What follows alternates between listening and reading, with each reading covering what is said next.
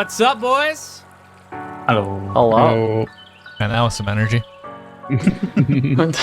We'll get better. It's gonna go great. We'll build up. We'll build up. I think we need a rerun. Aaron, Yeah. start from the Yeah, top. stop the podcast. Sorry. What's up, boys? I'm okay. How's it going? Cool. Hey, everybody, welcome back to the Forecast, Oh, a bi-weekly podcast about everything games, film, and news. I'm Aaron Juno. I'm Alex McCausland. I'm Caleb Juno. I'm Chad McCausland. I'm Jake Fetterkyle. And I am Owen Patterline. What is going on, guys, gals, and non-binary pals? On today's episode number 173, the Summer Games Festival is right around the corner with everyone anticipating more delays on top of those that have already been announced.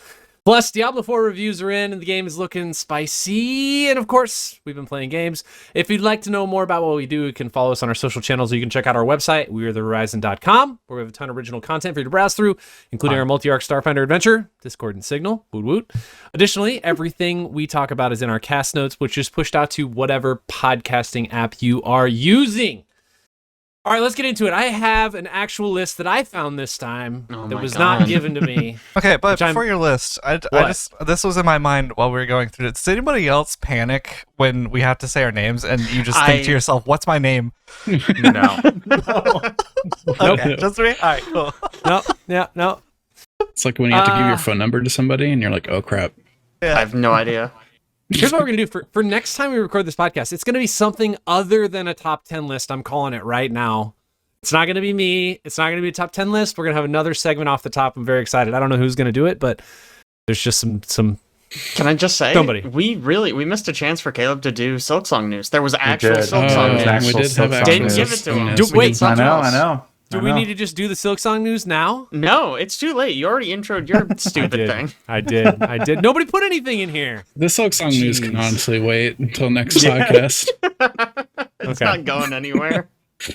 I found a list, cbr.com, 10 video games with side content better than the main game. And I feel like this is a list that probably is going to draw some criticism, but also, The Witcher 3. there's some things in here that are like, I could agree with that. So I'm going to go through these one by one, obviously, as I always do, but I want to get some feedback on what you guys think about Can you side go through content. 2 by 2? I can. Side content great. better than the main game. Keep that in mind. At number 10, Elden Ring. Yeah, I mean, Melania's side content. Yeah. I was What? going to say, is any of it side content? I was actually going to say the same thing. Is anything in that game side content? My question was going to be, well, what's the main content? I mean, I guess there is a main, like, you could just streamline each boss and get the quote-unquote end boss. But, like, But all you gotta get- bosses are optional to an extent, right? Except for, like, Elden Boy. The Elden Lord? Yep. Sure. For the final boss. Honestly, kind of a boring boss fight. Yeah, now, I mean, it's better than all the other From Software final bosses. That's true. So would you consider, I mean, like, Radon and, what's the snake guy's name? Rykard? Snake Eye. Snake Guy. We'll go Snake with Snake Guy. I All would those are call- considered side content because they're not. I mean, Necessary bosses? Rodon, I would call Rodon main. I Snake would Boy, probably I think, is say- side enough that you could I'd call say- him side content. Anything that gives you a great rune is probably technically main content. That's fair. Because you have to do 2 of them, right? Mhm. Oh, true. Before true, you get true. to the end. Wait, and Which 2 Millennia you doesn't do give is you a whatever, great rune. but She does not. Does she? She does not. I think so. Doesn't she? I'm Googling. I don't think so. But you can Google it. Man, this one's weird to me because it's so intertwined that I feel like I could argue it both sides. I could say there's so little content in that game that you could actually consider main storyline that you could say, you know what, all the side content's better. I thought you were going to end your sentence. There's so little content in that game. No. Oh, but on the opposite side, there's so many colors that I'm just like, everything is mainline. Good point. You know? I don't know. Owen, opinion? I mean, I haven't played it, so. We'll get you there, I believe. All right, I so don't we're kind of think like so. If you on didn't the get me fence. playing it last year, I'm not playing it this year. So You played Survivor, so you're getting to the combat styles. Okay, here's the getting thing. some Dark I Souls combat. hated the combat of Survivor. Oh my gosh. I literally, on 2 different bosses, put it to easy because I Dang. didn't want to fucking deal with it. Isn't it like 90% of that game? Yeah, so so it's a bad game? It's the lore, the exploration, guys. That's funny. Okay, so I'm feeling like we're 50-50 on this. I don't know about Elden Ring. We'll leave it at that. Good. Number 9, Elder Scrolls Skyrim. Oh, yeah. Sure. I mean, the main, The main quest quest is dumb. actually really bad. Yeah, it's bad. And when Is you have Oblivion like also going to be on the this? Thieves Guild, I mean, it should be. The Thieves Guild in Oblivion is maybe one of the best side quest It's really lines good. ever written. Absolutely incredible. It's probably And not the quite as Brotherhood- good as the Dark Brotherhood, but Yeah. Yeah. Just like one of the best quest lines, period. yeah. Excellent. Absolutely excellent. All right, so that's a yes. Number 8, Mass Effect 2. What's side content? Yeah. Are the The loyalty loyalty missions side missions content? Because are if side they are side content. content, then yes. If they are not side content, then absolutely not.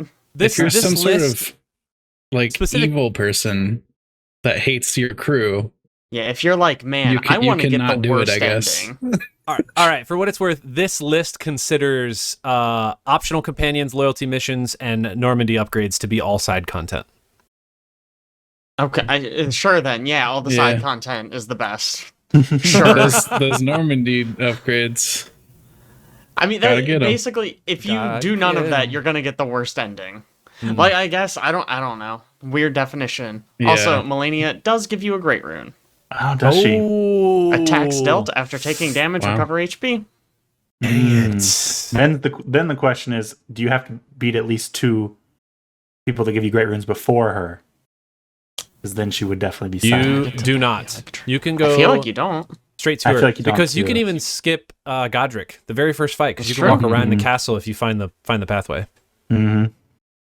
I think the loyalty missions are the best part of Mass Effect 2, Absolutely. but also they seem like essentially main story content for that game. Yeah. Yeah, calling them side content, I feel like is doing it a disservice, but Yeah. Would agree. Okay, so that's 2 yeses for side I guess content and 1. if you if the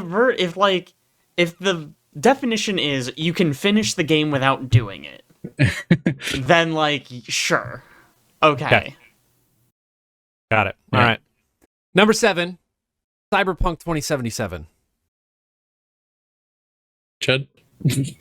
Yeah, there was main Resident content for that game. Yeah, I think I agree with this. I think if you streamlined the main storyline and then you reviewed the game, you'd probably be like, it's all right. But then if you Yeah. played the side quest, there are some really, really good side quests in that game. Do I they can't wait for a year from now when I play that game finally, and I'm like, my man. gosh. do they include in their list of side content taking screenshots of the game? Because I would say if that's side so- content. If so, then yeah, I agree. You That's can beat the basically all game I without did. taking a screenshot. It specifically says a wealth of side content for players to explore. The game saves its most compelling writing for optional aspects, whether the player is learning more about cyberpsychosis, helping taxi cabs overcome their emotional distress, or falling in love with Cyberpunk 2077's romanceable side characters. Doesn't say anything about. like CD Projekt Red is kind of known for having the best stories hidden in side quests. So I think like they said the taxi one. That's like one of the best. Yeah. Like that one was amazing. That side quest like had me cracking up, had me crying at some points. It was good. All right. It was good stuff.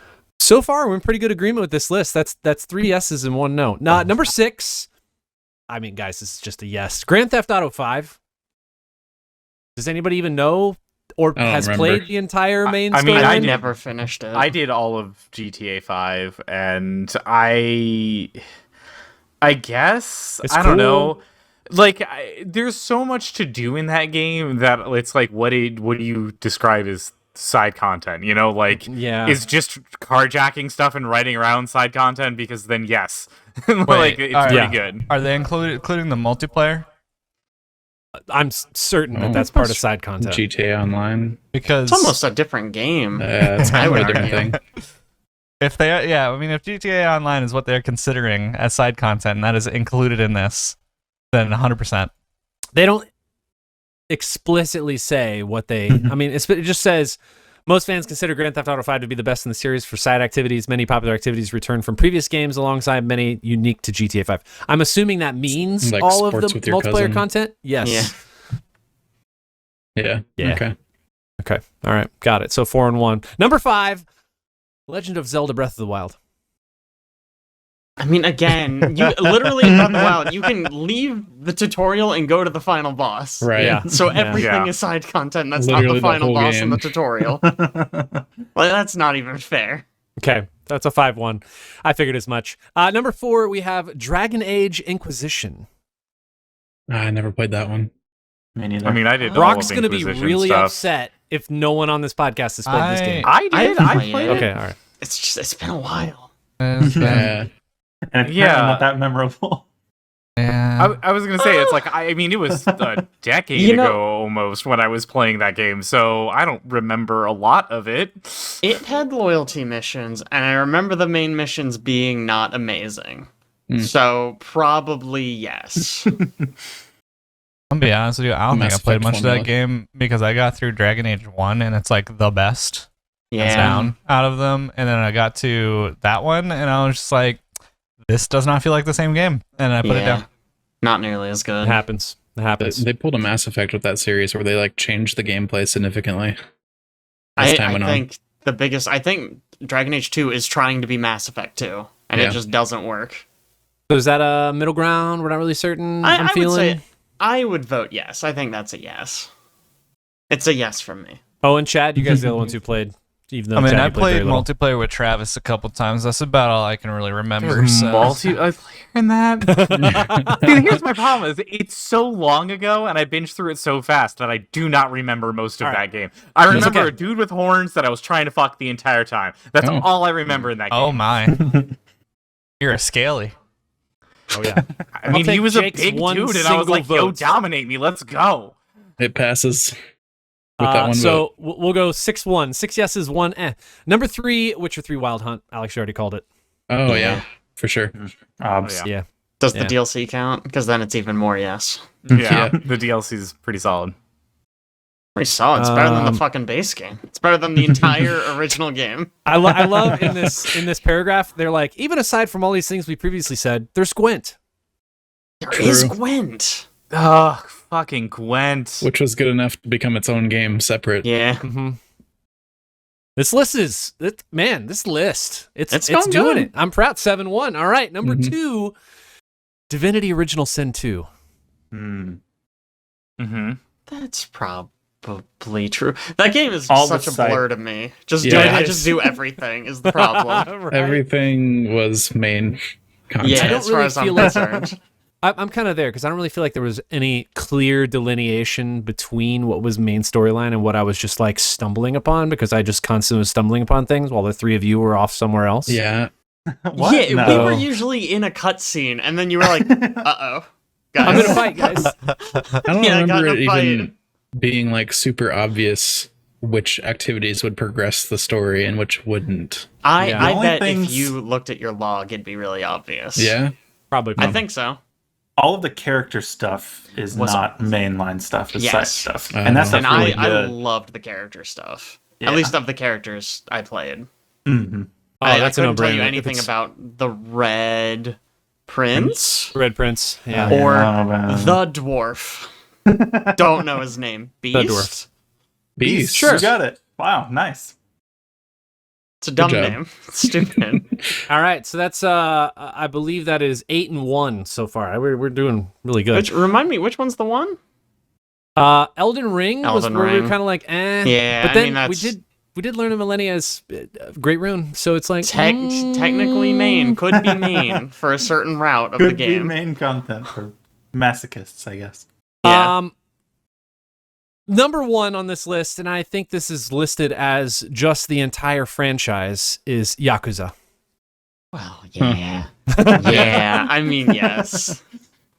Like, absolutely, yes. Mm-hmm.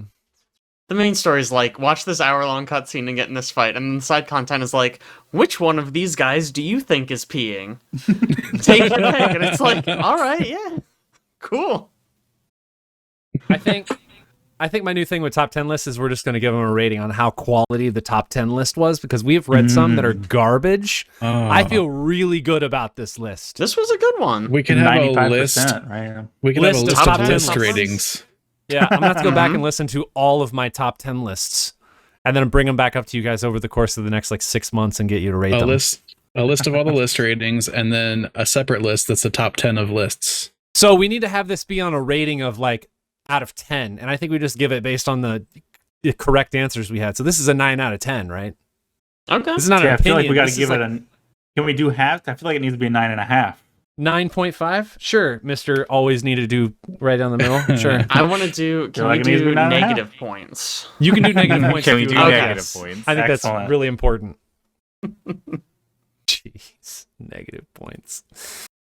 Okay. All right, let's move on to some other things. Oh, I did want to mention, I saw EA had recently tweeted some notes on Survivor. You guys were talking about Survivor a minute ago. And one thing I thought was really interesting is they were just tweeting stats about the various things. But one of them was a breakdown of players' game difficulty. 4% of players play on Jedi Grandmaster. Dang. Wow. The most people play on Jedi Knight, which I think is just the default. That's 52.5%. The next lowest is Jedi Master at 14%. So there's a solid 10% drop between Jedi Master and Jedi Grandmaster. It's crazy that so few gamers play that game. I know. I feel kind of proud. Also, of equal importance, 489 people have been defeated by Rick the Door Technician. Wow. Wow. I think they might have just been laughing too hard, or maybe felt bad for Rick and was just like, "Hey, man." This is a meme. They went Yeah. AFK. 489 people. Okay, first of all, really, really fun part of that game. Just random. You just random upon it and then you're pass it immediately. It's like it was nothing, but it was still really, get this guy. Okay, all right, he's done. I did. yeah. I think it was the same thing where they talked about the most popular hairstyle. Mm-hmm. They did, yes. The most popular hair and beard was the crew cut with the short beard. So disappointed in everyone Pretty who's bland. played this game. Like, what? That's the most boring It's fucking not hairstyle good. possible. Other stats from this that are good. Most popular lightsaber color, white. Really? Yeah. All right. I mean, I That's- feel like this is. I mean, maybe I haven't played a lot of Star Wars games, but I feel like this is the first game I've played with where white is even an option. It doesn't look that cool, you know? If you I think think- I about think it, it's white's neat. all the colors. Oh my god, there Wow. it is. In direct contrast to Rick the Door Technician, we have defeats by rancor, which was 9 million, slightly higher than checks the out. A bit more 489. people. Yes. Yes. Also, slightly maybe higher. slightly unfair. Yes. The number of times Cal unclogged Grease's toilet was 861,000 unclogs. Pretty good. Nice. Disgusting. And percentage of players who love Turgle, 100%. No. Wow. I do Makes not sense. like Turtle. Wow. Sorry, No. we're talking gamers only. Wow. Owen. Yeah. Oh, that's fair. Yeah. Gamers only. I had looked up recently when I was playing how to open the door that's in that weird cave location that you stumble upon it super early in the game. And then when I was reading through it, I forget the guy that comes out of that door, or I don't even know if he comes out of the door. But basically, He when doesn't you're come able out of the door. when you're able to open whatever's in that room, he's one of the fights that you have to do. Supposedly, the article wrote that he is one of the hardest fights in the game. I one-shot it, so I'm not really sure. That is ridiculous. Yeah, no. Artists? No. Absolutely not. I don't know that I used more than one stim pack on that guy. I feel like Yeah, it horsepower was just super knocked easy. him around. Meanwhile, there's other bosses in that game that, oof. Yeah, there's some tough bosses. Last but not least on the stats, most popular stance. This should be a no-brainer. Everybody went single. 31% players went Single? single. Wow, Single, really? Man. Yes. Literally, the very Man. first one I threw in the garbage can. I went to the game files and deleted it. Don't want it. Yeah, Why would I want am one with when I've Jake. got I two? never did single. Actually, the second I got dual blade, I didn't do Yeah. anything else. I just dual wielded the entire Uh, fucking game. So Yeah. 31% single, 29% dual wield, Oh, yeah, there we go. 25% double My people. blade, Fuck yeah. 8% blaster and then 7% with crossguard, which makes me really sad that crossguard lost out the Man. blaster because crossguard is so fun. I am in the 4% wonder- and I am in the 7%. You're wonder the how- rarest gamer. The split of that works because you only get some of those later. I mean, don't know. I bet that's why Oh, those true. last two are so much lower. Could be. Yeah. Because if you had them at the start, I bet blaster would be really high because that's just really kind of novel. Mm-hmm. But you get them so late that it's like you need people who have Man, gotten one- however far that is. 100%. I turned on blaster and I checked to see if I was still playing the hardest difficulty. Yeah, dude. It's Because busted good. I was like, Kayla was like, I turned it off. I can't do it. And I followed I suit. don't use it. I I didn't couldn't use it. use that to play that Just too game because good. it was just too good. It trivialized like every fight. After I Hilarious. beat the game, I put it on and did a couple of the bosses, and I'm like, man, it's just too good. All right, let's talk about a few things in News Realm. First and foremost, June is a packed month. We have a whole bunch of major video game events. I just wanted to go over all of them real quick just to kind of breeze past them. Guerrilla Collective Online Showcase is happening the 7th of June. Summer Games Fest 2023, 8th of June. Devolver Digital, also on the 8th of June. Wholesome District 2023, 10th of June. Future Games Show, 10th of June. Xbox Games Man. Showcase and the Starfield Direct on the 11th. PC Gaming Show on the 11th. Ubisoft Forward on the 12th. Oh my god, are they going to show off Skull and Shackle? Skull and Skull no, and Skull and Bones. Bones. Skull and Bones? Skull and Shackle is a Pathfinder adventure path. Yep.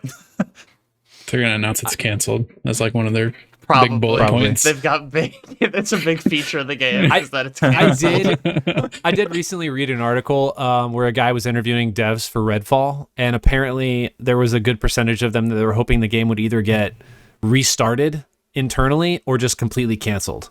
Oh yeah, We're like, no way. There's a big This should not go. Jason Schreier expose that came out today. Really? Mhm. Yeah, no, he does a lot of these. He's a really good. He's like the only good games journalist. Does that mean to say? I don't care. No. But he's done the same thing for like Anthem, and I think he did one for Fallout 76, It's maybe. like a proper investigative journalist in the games.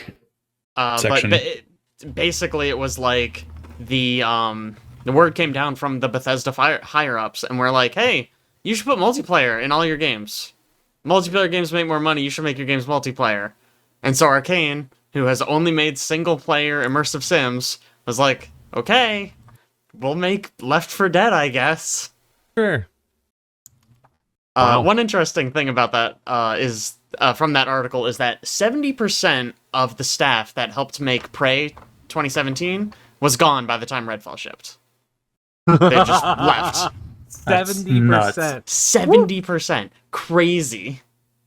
After being forced into a project that they didn't want to do, Yeah. they moved on. They even said they had trouble getting new people because it was at a point where like they hadn't revealed Redfall, so they couldn't advertise what it was. But everyone applying to work for them wanted to make single player immersive sims, so they couldn't get people to replace the people leaving. Just such a shit show. So dumb. Mhm. Um, Well, maybe they'll learn from it and Or they'll shut down Arcane. let's hope not. I'm hoping that the answer is just make Dishonored 3, make something that's guaranteed to make money, or Deathloop 2. Deathloop Yeah. 2 would probably make a shit ton of money. Deathloop 2 would be really Yep. cool because then they could just solve the one problem, which Yeah, is like just They could iterate bad on it. ending. make it good this time, you know? I mean, honestly, you could just make Deathloop 2 Make and have it it great literally this be time. like something happened to the loop mechanic and you've been sent, I don't know, either slightly forward or slightly back from where you started the last time. Mm. And you're back playing the same game, but they've just changed the way it works. Yeah, And you I mean, see it's yourself solving the first one. Yes. That's That what I was game- just it was thinking. so close to being amazing. It just Man, needed a I little mean, more, little something. Right at the end. That's all it was. That is it. Just right at the end. It's too bad. That It's too loop bad. iteration would be really good. It would. Yeah. It just needed a lot of small fixes. A lot of small fixes. Also in news, Riot Games, competitive league drama. Alex? Yeah, this is big. Like as of the last like day or so, there's like been this drama ongoing with the competitive league scene, in particular the US scene, LCS it's called. I didn't realize there's like multiple divisions of league esports. The LCS is like the North American division, and teams have been like team owners have been complaining because Riot has a rule that to have like a team like in the big leagues, essentially you have to have a major league team also, or a minor league team, or whatever they call it. So if you have one competing like in Worlds, you also have to have like a development team, and they use that like baseball essentially, where they have a bunch of players in this minor leagues, and the good ones will eventually get scooped up by the top tier teams and brought up. But all the teams in the league scene have their spot like guaranteed. So there's a mix of things going on where all their spots are guaranteed, so it doesn't matter how they perform. And these team owners don't want to pay to run these smaller teams anymore because they don't make any money. And so Riot was all of a sudden like, yeah, sure, we'll release the restriction. You don't have to have the minor league teams anymore. And all the players that are supported by that ecosystem got really like, they're not happy with that. And so there's upcoming like LCS tournaments that are starting soon, and they basically have gone on strike, all the players. And Riot has come back to them as of like yesterday and said like, if it's not resolved within the next 2 weeks, they're just going to cancel the entire LCS competitive season. Like they don't even like, wow. Whoa. Yeah, no, it's crazy. They're like, yeah, none of you guys will go to Worlds. We'll just cancel the whole thing, whatever. And they have changed rules. I think it was like last week they changed rules to where the major teams are allowed to pick up anybody now without any restrictions on like rank or if they participated before or anything. So they can just pick up like a pub player off the street and put him on their team. And since their team spots are guaranteed and have nothing to do with performance, like they might just do that just to be able to run the league. And then all these players that are striking are, you know, just out of a job. That's fucking crazy. It's weird. So they have, I don't think they've formally unionized, but they're striking and they're asking for like, you know, reinstation of like the requirement for the minor league teams. And then they want some other stuff too. They want some changes, like they want relegation to be brought into the scene. So like if you're a major league team that doesn't perform up to par, you can be dropped to a tier 2 league. And if you perform really well in a tier 2, you have potential to be pulled up to a tier 1. That doesn't exist currently? No. The spots weird. on the tier 1 like league are set, like paid for. That makes no sense. I mean, from a competitive standpoint, that makes no sense, because why would you even want to be on like a tier 2 team if there's no upward mobility at all? I mean, relegation no chance exists for advancement. in every major sports event, league, tournament. I mean, everything. It's just like that's a thing. You get pulled up from lower and you get dropped down if you suck. They can pull get to stay there? individual players, so they're just looking for individual talent. They're not like, the teams never change. That's weird. People have been citing like Team Dignitas has not performed well in years, and like the past 2 tournaments they've gone like 1-15 back to back. Like they're just terrible, like no expectation to ever win anything. And they're in the major league for some reason because their spot's paid for and advertising is a thing and marketing money and all that. Lame. It's weird. I'm all about relegation. I think that's great. It makes for competition. It makes for people vying for spots and like at least attempting to perform at like the level at which they should be performing if they're in a major league series. Yikes. Yep. Well, see what happens. Maybe they'll just cancel the whole series, I guess. Yeah, maybe. Wow. Jeez. Okay, I want to talk about a few things in film as well. I don't know if you guys have read much about Oppenheimer, if you're excited about Oppenheimer, Christopher Nolan's upcoming film.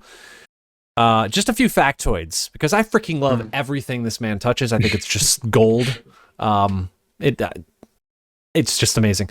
Oppenheimer is the first R-rated film that Christopher Nolan will be releasing in 20 years. His previous R-rated film was Insomnia from 2002. Everything else has been PG-13 up until now. Interesting. He really doesn't delve into the R-rated films all that often. He kind of wants a broader audience, but I'm excited about this being R-rated.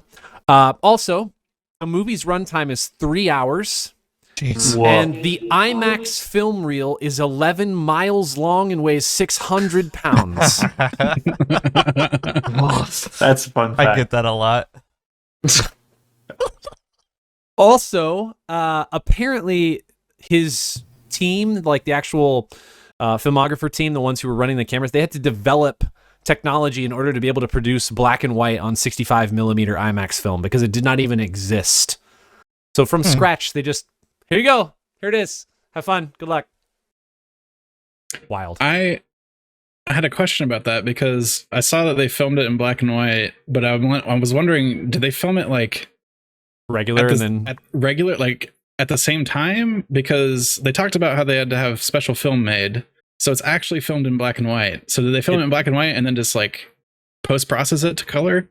They filmed the scenes independently. So the things that are black and white in the film are filmed on that special 65 millimeter black and white film. Wow. And the rest of it is filmed in traditional, 70 millimeter. I was IMAX under the film. impression that they were going to have two separate versions of the movie. I didn't realize it was like they went back and forth. No, I'm fairly certain that they just have back and forths during the movie. That makes more sense. So I was like, how do they do this? Like film it at the same time, two cameras or something? I don't know. Heck yeah. I was hoping they'd just have a team of like 5-year-olds with crayons, and they just color it in. Every for frame. color every scenes. Yes, There's a 600-pound reel. go crazy. Look, man, Yeah. kids love to color. I do know So these are win-win. like new cameras because they call it out like the end of the trailer. It's like filmed on IMAX film cameras, and it's like you try to Google that. There's not a ton of information about it yet. It's like a new standard. Christopher Nolan could be like, I want to film on 100 millimeter. And they'd be like, all right, we'll build the technology to make it work. I'm pretty sure his last movie, they were like, this is going to be the last 70 millimeter film. This is the end of an era. I think that was multiple movies ago. I'm fairly certain that was, what's the name of the, it's escaping me right now. The Dark one he Knight did Rises. yes, the Dark Knight Rises. That's totally what I was thinking. Mhm. No, the World War II on the Dunkirk. shores of France. Dunkirk, thank you. I'm pretty sure that was the one that was filmed in 70 millimeter, and they were like, this is it. Another film will never be made in 70 millimeter. Yeah. And all the theaters are like converted at this point. I don't even know like where you go see something like that. The 70 millimeter theater. Right. Makes sense. Man, I'm so excited for this Gonna film, move back guys. to Virginia, go back to Udvar Hazy. Like a real, yeah. Man. So pumped. So pumped. Is it right. not out yet? I thought it was already No, out. it's No. July. Interesting. Like July 12th or something. Got a ways to go. It's just getting hyped for the time being. Who thinks we need to talk about Fast X in here? Huh? Who put it in here? We Who- actually who- saw it. Who's writing Fast X in here? Oh, we need to talk about this. I wrote it real quick because I forgot, but I just remembered. We talked about all the other movies last podcast. Yeah. And then we went and saw this one. Yeah. It was a good film. It was I was- good. I was just listening to I was talking to, a couple of you guys earlier this week. I was talking about one of the politics podcasts I was listening to, and one of the guys on there was the same one who talks about Elden Ring during the podcast, and everybody gets really confused, was talking about how Succession, the TV series, is like watching Da Vinci paint something, or it's just like every hour of television is the masterpiece to defeat all masterpieces that came before it. And somebody was arguing against him, and he's like, well, then don't watch Succession. Go watch some garbage like Fast X or something where they blow a bunch of stuff up. They do blow a bunch of stuff up. To me, just because like we just talked about how there's hate on this movie, just with that comment. To me, I feel like the people that hate Fast and Furious franchise take it way too seriously. That's bottom line. Because if you actually look at any action movie ever released. You look at Mission Impossible. There are crazy stunts that shouldn't be being done by those people, and yet nobody bats an eye. But because it's about family and it's Vin Diesel and it's about a gang of, you know, racers who become secret agents, basically, that's there's some hate there. Like, come on. It's just a fun blockbuster, just action-packed. You go in knowing full well that they're going to take a car to space, so it's honestly out of the realm of possibilities. But you go in with an open mind and just knowing that it's going to be absolutely bonkers, off-the-wall ridiculous. You're going to have a fun time. Yeah. It's like anime, but made by Americans or something. You know, that is actually that nobody. Yeah, chef's kiss with that comment. I will say, so I like it. It's a Fast movie. I like it pretty much automatically. Within the context of the Fast franchise, I don't think it's very far up the list. I called that this was Alex's second favorite Fast film of all time when he was going through his list of here's my 10 best Fast films from, you know, worst to best. I knew it was number 2. The worst. Number 9, I guess. second worst, I think. What's the worst? I think Too Fast, Too Furious is the worst. I mean, that one's borderline unwatchable, but wanted to confirm. Okay, so I have a very special place in my heart for Too Fast, Too Furious because I was very young when I was watching it, and I watched it like on repeat, and it's just nostalgia at that point. And also it was like one of those, I started to come to love Paul Walker as an actor with that movie. He was like, oh, that one with it's looking back and watching it, you know, the time that I just did. Yeah, okay, I can see where you guys are coming from, but man, is it good. I think this movie makes a mistake in that it doesn't get more ridiculous than 9.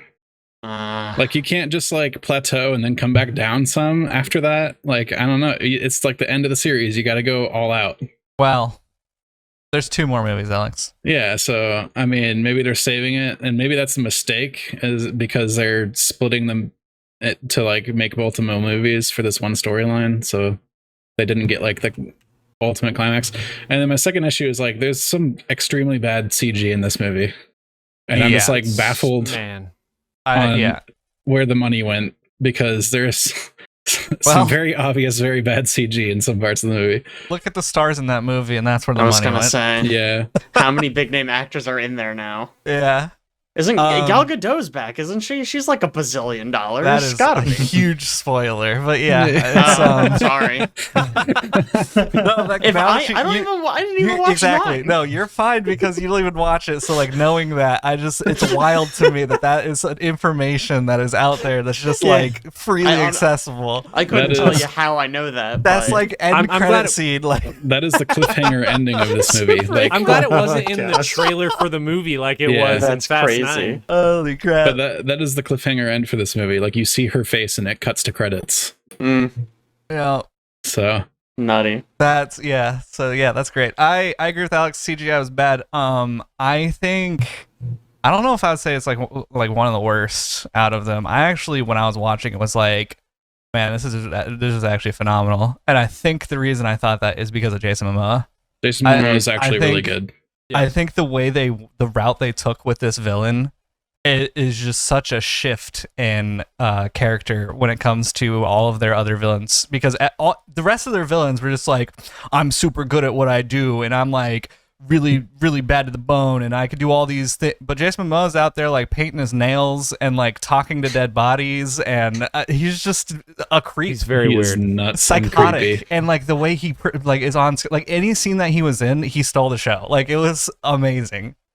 It's made even better because like he's like another big muscly dude, and I just thought he was going to be another big muscly dude they throw in to face off against Vin Diesel, and it just wasn't. No, they threw in another big muscly dude, but I don't know how you beat that big muscly dude. They always have these random, unheard of, like, super giant guys. You're talking about what's his face? Yeah, okay. Yeah, from that Reacher? Jack Reacher. Man, that man. That dude's got like aerosolized creatine in his CPAP machine when he sleeps at night. Man is giant. He's working out at night when he's asleep. He's huge. I don't even know how you can get that big. Okay, I did want to make notes. Fast X's opening was 1, 2, 3, 4, 5, 6, 7th highest of a Fast film ever. Their weekend opening, first weekend. It makes sense. That's It was 7th surprisingly highest. low. Yeah, 7th highest. That's crazy. I'd be surprised that I'm not surprised because I think people are getting tired of the Fast franchise. But It's a good thing they're splitting this final one into 3 right, movies like now. okay, so it was announced that it was going to be 2 movies, like 2 parts. But then on the red carpet, Vin Diesel and whoever the actress's name that actually plays Letty, they both were like, yeah, it's we were in the studio and we were talking and basically this is a 3-part. This needs to be a 3-part story. And so people are like, We'll see. 3 movies now? What the heck? We'll see. Yeah, after the money comes in on this one and they decide, we didn't make enough to make 3. I think Yeah, the maybe real they'll issue is pull sorry, go ahead. the money came in so much or so well for Furious 7 that they're Yeah. like, we're just going to ride this wave. I mean, it's $1.5 billion globally. That nothing even compares. Fast 9, 726 million. Fate of the Furious, okay, 1.2 billion for Fate of the Furious. Furious 6, 788 million. $1.5 billion. That's a lot of money. I think that ultimately the farewell to Brian, aka Paul Walker, was kind of a lot of people's farewell to the series. So Sure. I mean, it's a good exit point. yeah, Yeah. Not for Vin Diesel though. I mean, of course Well, not. He's got to make money him somehow. and Pablo had plans. Okay, Man's so on a mission. Oh man, I really hope they don't somehow try to bring back Paul Walker's character. he was in this one. But I mean, like more than what he was. Like these were just scenes filmed from a previous movie. Yeah, it actually, this movie was kind of funny because it opened with a literal scene, like shot for shot almost, from Fast 5. Yeah. So you're like, you're filling some time here, huh? Like I don't Limits, want them to maybe. like be like on the last movie, have him come in to save the show, and then there's never a shot of him. It's only his car driving around. Like I could totally see them doing that, and I They would just would do that. They're gonna get permission from his family to use AI. I was about to And- say, Well- it could be like, we're the first movie to use an AI actor.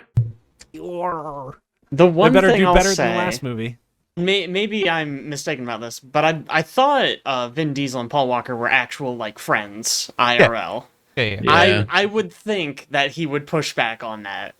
I would hope he would push back on that. I 'cause would hope so too. Yeah. if someone came to me and was like, "Hey Jake, do you want to AI replace Aaron?" I'd be like, "No, of course That's not." weird. You hear that inflection? We're like, but how much money though? How much money? $100? Absolutely sold. But you know what I Don't mean? worry, There's an there's a- actual personal connection. It's not just some suit who's like, "Oh, we could make X% more dollars if we do this." Done. Wait, I need a pause. We have a personal connection?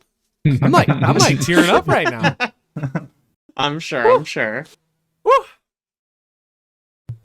Gotta take deep breaths, guys. But he also might be like, Paul Walker loves this series as much as I do. He would want to still be in it. Yeah, he would even want after. me. Let me speak for Good Paul point. Walker. He They would might want me do to that. puppeteer his corpse in this next movie. That's what We he were wants. always family, and he'd want to finish it as a family. Right? I mean, it could be. Jake, you're never gonna watch this movie, right? I mean, I'll probably watch it eventually. I've seen all of them except for 9 and 10 now. Oh, okay. All right. I was gonna spoil things, but I mean, you Okay. can. I don't care. Wow, you're gonna spoil Okay. Fast and Furious. Do they drive fast? Oh shit! No. Does Vin Diesel win? there is a post-credit scene with spoilers for anybody who's listening right now. There's a post-credit scene with The Rock in it, and my favorite That comment. was- After if he we knows Gal left the Gadot's theater, in there, he knows The Rock's Yeah. in there. Sure. Okay, that's true. That's true. That is true. I did know that. My favorite comment as we left the theater, I think it was when we left the theater, but Alex was like, I wonder how many times they just called The Rock and were like, offered like a little bit more money. And they called him and were like, how about a little bit more money? No, how Yeah. about a little He bit was more like money? CGI. He was adamant that he was like not coming back to the franchise. You know, That's- I have a you're right, theory on Chad. why he came back. Because Black Adam is dead now. Oh yeah. and he's sure. like, shit. I Yeah. fucked that up so bad. Oh man. I gotta get some money. Yeah, there was like articles coming out, and they're like, Vin Diesel and The Rock make amends, and it's like, okay, well, he's gonna be in the movie. Like, I really hope he comes back with one leg and they somehow shoehorn in Skyscraper. Like Oh that my was like God. That was canon. Gosh. What a good film. What a good film. All right. Let's move on to talk about the last thing in film here, which is Teddy Lasso. yeah. So we talked about this a little bit last podcast, and I came out swinging, basically saying that Ted Lasso kind of lost its magic, which I still kind of stand by the first 9 episodes, 10 episodes being like Hard disagree, but continue. but the last 2 episodes that have come out has got to be the best Ted Lasso episodes of all of the series. Wow. It That's is- saying That's strong, something. huh? I think you also have to kind of remember the series a little bit to appreciate it. Like there's a lot of callbacks in it, a lot of mirroring. A lot of the storytelling is just super incredible. And also, I believe a lot of the reason why I enjoyed these 2 episodes in comparison to the rest of the season is I think that they kind of, so in the first 2 seasons, they really focused on soccer and the drama around soccer. But then in this season, I feel like they kind of pulled away from the field, and they kind of played around with the emotions way behind the scene. So like characters' parents, just overarching storylines with Ted, his wife, and that whole thing. But like these last 2 episodes were like, it was back onto the field. It was like everything that seasons 1 and 2 basically was like boiling up to. And honestly, like if they just released these 2 episodes and nothing else in this season, it would have been a great series. It is a great series. I mean, Ted Lasso is really good, and I think there's a lot of things that you can, as a human, learn from this series. And Jason actually comes out and says that he wanted to specifically play a character that doesn't really swear, has like a happy-go-lucky look on life, and because he wanted to basically like spread happy emotions instead, and like uplift people instead of being that sarcastic, bombastic person that he usually plays. I did see that his interview, 60 Minutes interview, where they were talking about that, and he was saying something like, we had 2 routes we could take this character, and you could go the dark route, you could go the angry guy who's upset about things that are going on in his past and be upset, or you can take the route of, I just want to be like super positive regardless of what's happening, because that's the thing I want to exude with the character that I'm playing. That's the route they went when they wrote it. I think it's cool. Also, that is a very good show. Yeah, I mean, I think that what you kind of hinted on was that, especially in the last 2 episodes here, it does such a good job of weaving in not just the stories and all of the things that we've been building up to, but also these tiny little callbacks, these tiny little things. Like the first episode, he makes the bet with Beard that he'd like finally figure out what the offsides rule is, and one of the things he does in the finale is he's like, oh, that guy's offsides. Like, he calls it because he's learned. And and Beard gives him the money because he's like, oh, like you won the bet.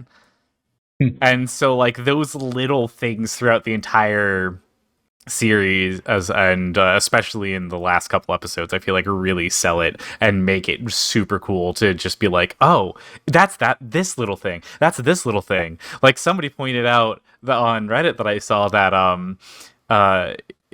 Jason Sudeikis is wearing red shoes when he does his dance, which clicks his heels to go back home to Kansas. And like that's just like this full circle, like holy shit, like you thought this through so much to get to that point, and I love it. Man, I need to get past the Beard episode and continue watching that show. That's my only gosh. You're so far behind. Yeah, come on, man. It's towards the end of season 2. I don't know why you keep saying I'm so far behind. I'm just this current season and like 2 episodes at the end of season 2. All right, let's take a turn away from the positivity of film and the positivity of this show and the happiness of this show and take a turn into Oh boy. well, I don't know, the Holy darkness, the evil, the decrepitness, the grotesqueness that is the Outlast Trials. I was gonna say, Aaron, we talked about Blizzard last time. We did. Good one. Outlast Trials. It's a surprisingly, I say that with a lot of emphasis behind it. Surprisingly good game.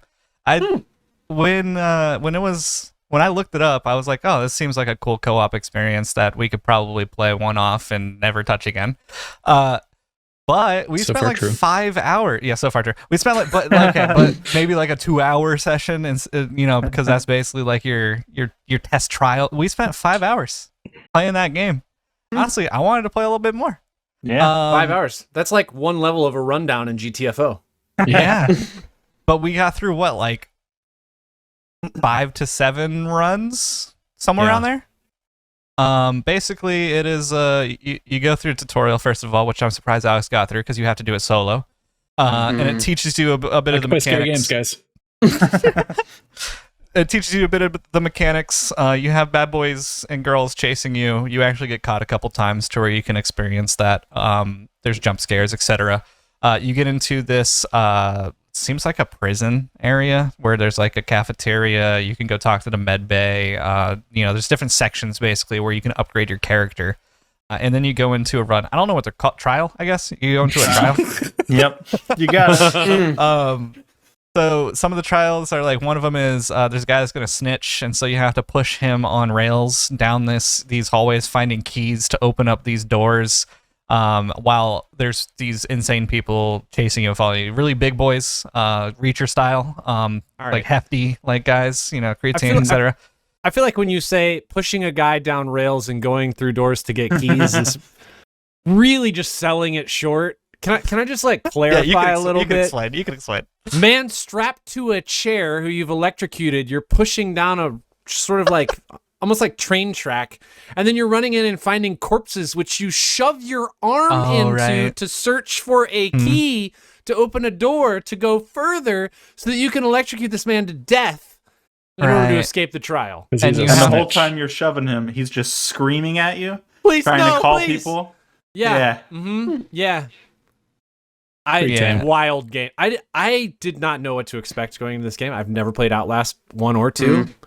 I knew it was like a scary game. I did not know that it was like gruesome. Yeah, it's fucked man. up. Yeah, that's really messed up. Okay, that you don't know that is not even dark. When you get to that third level, it's like what? Yeah, you're in an orphanage for one. And you got to serve communion to the children. And let me tell you, you're not serving communion to the children. Yeah, there's one point where, first of all, you get strapped into a chair. Like when you enter the trial, you go through a doorway. You all get strapped into a chair, and you get this toxin sprayed into the room. And the toxin makes you hallucinate, and you get to see different images. And the person across from you kind of, I think, sees the same thing. And so you have like 2 chairs on one side, 2 chairs on the other side. And so you're seeing the same thing. And you just hear people like Caleb, Aaron, and I, or Alex, all talking. And like just one of us will say like, oh, look at that. There's just a penis in my face now. Or, it's just like different scene. Like that dude's just shot, like literally tasing his nuts. Like, I don't know why that's happening. Yeah. And then you're like, Aaron, pay attention to the game. There's a lot of dick stuff in those games. That was fun to have some guys just walking around.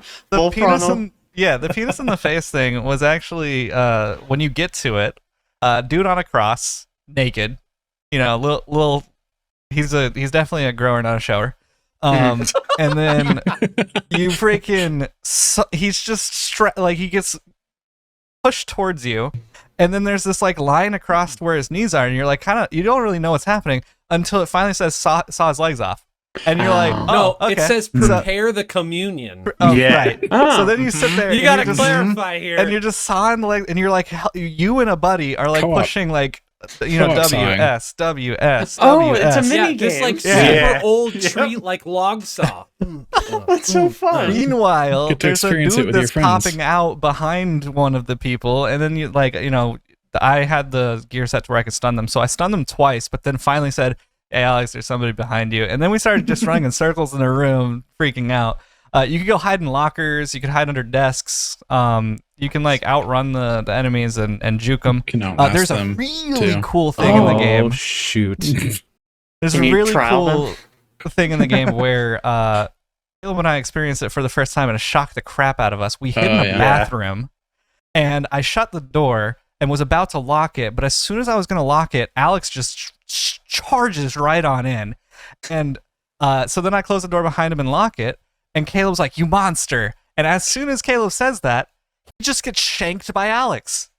And then Alex unlocks the door, opens it, and runs away. And then Caleb goes, "That's not Alex." But above that guy's name, there's name tags. Above his head was Influent Jam, but like the L was a 1. So it was an AI, but it like was masking as one of us. And that happens often throughout the trial. You just have like, there was like iFinn at one point when he's supposed to be Starfin, and then there's like Adraxis or something like that. Like there's just random letters get shifted around, but like if you're not paying attention to it, you just don't realize, and you just get shivved by the guy. That's a fun idea. I like that. It's really cool. Yeah. This game delivers on a few things very well. One, the duration of missions I think is excellent time. Like they're short enough to be playable, the but first one was also an feel hour. like Most of them are short enough. they still feel like they have enough content there to be Yeah. interesting. So it's that's like true. in and out, 30 minutes. Yeah, 30 minutes in and out. I think we did one in 12 minutes, one in an hour, one in like 20. Like it varies. I think the proximity chat system in the game is well designed. Oh yeah. Like you Pretty can good. hear like the way they design the voices to kind of echo in the space that you're in if you're local to them, and then having them just be on the radio once you've left a certain distance. We just played entirely in proximity chat, and I think it was great. It's also really good quality too. Like Yeah, most games you get into the voice chat and you're like, man, I can tell this is voice chat. Like what's that game? Phasmophobia? Phasmophobia. Yeah, it's like you can tell it's voice chat. Yeah. But like this one, like I couldn't really. If you had me unmuted and mumble, it'd be the same, crystal clear, same thing, unless you run far There's away. also like gameplay ramifications too. So like if you're going insane or something like that, it gets really hard to hear each other. Mhm. Or like voices will be like multiplied or something. Like it messes with the VoIP. Yeah, you'd be like, "Hey, can I get an antidote?" And then people would be like, "Yeah, I got it. Come to me." And you're like, "I can't. yeah. I don't hear you." The other thing I think they did well on, and we didn't really get to experience much of this, but is the different operator roles and the upgrade trees that you have at your disposal. I think that's kind of neat, forcing people into different play styles, and you can kind of branch out as needed. I mean, you don't have to go 4 different operators. You could potentially go 4 of the same if you just felt like it was an effective combination. But I think that's a smart approach. It is in early access right now. So the 3 maps we saw are all that's in the game right now. So it's not like a ton of content. They want you to replay those for different objectives several times over. We didn't even play the final one though. Yeah, not yet. Yeah, that might actually be a different map. It's a good point. Because you're inside this prison Chad was describing earlier, but there's a door that's open to like a garden beyond, which I'm sure it's definitely a garden. And when you try to approach it, bars extend across the door so you can't escape. And the whole point is like you have to get a certain number of tickets in order to get out because you've completed the trials. That's going to take a while. We'll get there. Anyway, There's You've also completed the with education that, process. There's also a number above that tells you how many people in the world have actually gone through and escaped, quote unquote. Like we're just assuming you're not actually going to escape. I don't. I mean, Maybe it has a happy ending. maybe. Yeah, totally. It's like that movie, The Island, when people get to go off to paradise. Yep. Yeah. No, nobody. I've seen it. Mhm. Oh yeah. It's called Pleasure Island. Yes. That's the name of the film. Yeah. Okay. Yes. I've seen that one a few times. Pleasure A lot of Island happy 2. endings in that one. Yeah. Okay, other things in video game. PlayStation Showcase. Let's talk about it. Yeah, we had the PlayStation Showcase last week. Quite a few announcements or just new trailers from that. Did they have a better lineup of games than Xbox does for 2023? Yeah, But- yeah. I feel like that's I mean- a given nowadays. Yeah, Xbox's lineup looks worse every second. Yeah, Mhm. they have like one other game right now, right? Starfield That's could it. be good. Yeah, could be. I mean, Redfall flopped. So We'll see in here's, like a here's month. my if it's good. question: when you're looking at PlayStation and Xbox, aren't you just looking at PC and More or PS5? less these days. I mean, sure, yes. Sony has a few that are exclusive, that are going to be exclusive for like a year or two, right? Mm-hmm. Like They just Spider-Man announced 2 they're bringing is back not going to come Spider-Man to 2. PC for a while. Right. I think they've said they're going to maintain their pace of like not releasing exclusives for like at least a few years. Honestly, it seems like a smart business decision from where I'm sitting, right? You encourage people to get into your thing, but other people still get to buy it later. Yeah. I Yeah. don't really understand how having exclusives really promotes the selling of your console. I mean, That's like speaking enough as to justify it. I Speaking wouldn't as somebody- have a PS5. right, I was about to say, speaking Yeah. as somebody who doesn't own a PS5, looking at some of the games that are coming out, I'm like, do I want to buy a PS5? Yeah, but I guess Mhm. my point is, do you think you're going to get more in the sales of your hardware? Which, as far as I'm aware, they don't make a ton of money on their hardware, right? I don't Probably think that's not. like. But No. you're not going to buy anything from the PlayStation Store unless you have a PS5. Right. Well, I'm You just know what I saying, mean? if they cross-platformed release, wouldn't you think that they just capture a broader audience with some of their releases, thereby Well- offsetting the amount of money they would make off their hardware and/or through the PlayStation Store? But they don't think so. Like they're getting money from third-party titles on PlayStation also. Mm-hmm. Right, because if I buy God of War Ragnarok on Steam, I'm not gonna then decide to buy Ghost of Tsushima on the PlayStation Store, right? If I have both, I could get Ghost of Tsushima on PlayStation and then Spider-Man 2 on PlayStation. You know, I mean, Right. I'm going to buy from them again. I feel You like know for what I mean? like for like a normal person, an average consumer, you look at their exclusive catalog and you're like, all right, this is my system I'm gonna be playing for Yeah. the next 5 years or whatever. And you buy all your stuff on that system. Yeah, Whereas all of Normal- us are kind of unique, where we play yeah, we're most a things on bunch of fucking PC, weirdos. and then we have like consoles for exclusives. I don't know. That's that we weird. pass around to each other so we can play on each other's consoles. Yeah, That sounded dirty. Was I mean, I dirty, did- wasn't it? I did buy a PS4 for God of War, and then I did buy a PS5 for God of War Out of Ragnarok. 5. Right. And I get the side effect of being able to play Ghost of Tsushima and Spider-Man, I guess. I mean, I guess might be think beneficial. it might be worthwhile to look at it rather than looking at it as PlayStation versus PC, PlayStation versus Xbox, because that's really who they're in competition with. You know what I mean? Yeah. Yeah, I And, think like, the just- reason I look at PC versus PlayStation is because I don't own an Xbox. Sure. And there's so there's you no don't need to exclusivity really anymore. either. If you Right, play on PC. right. Mhm. There's If you like have a the good Game PC, Pass there's and not a like, good reason yeah. to have an Xbox. Yeah, Mhm. it's Yeah. true. But it looks Wow. cool. I mean, it's boxy, axy. I like the profile better than the PS5. I like the controllers That is fair. better. Mhm. The controllers are better. I had to get used to the PS5 controller while playing out of 5. Back to I the don't know, the PlayStation Out of 4? showcase though. Out of 5? Any should we like talk about what they talked about? Yeah, Yeah. quick to mention some games. Because since we've like gone off topic for like 10 minutes on PlayStation exclusives.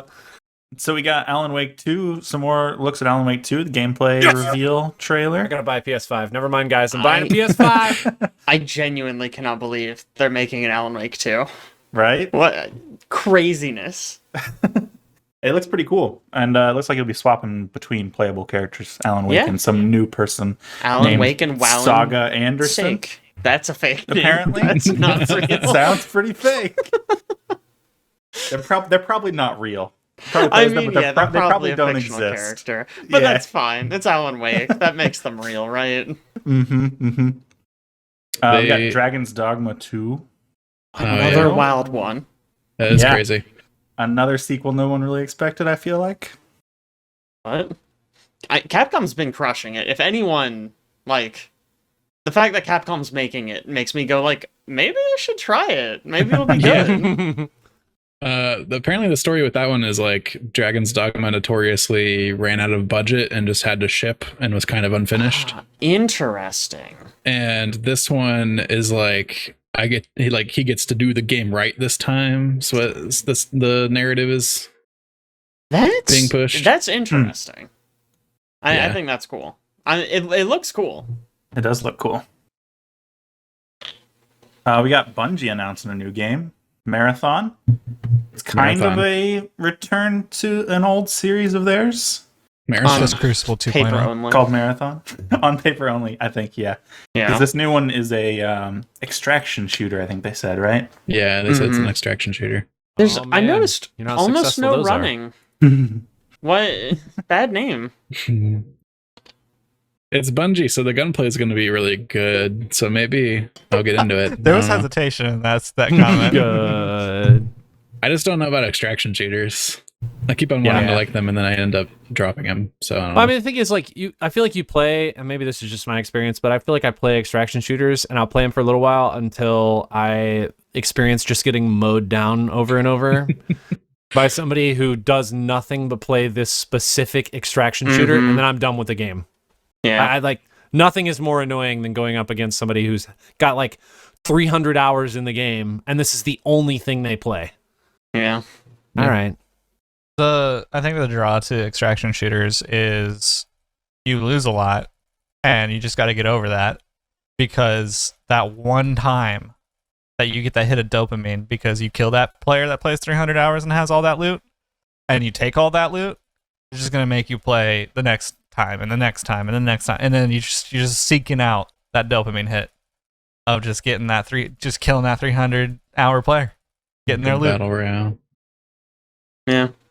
I played what was it called, Marauders, with you and Alex, and then I played with Frank, and Frank and I did not lose a single time and killed everybody we came in sight with, and we got out of there with like an incredible amount of loot, and I was just like, maybe this game is actually kind of good.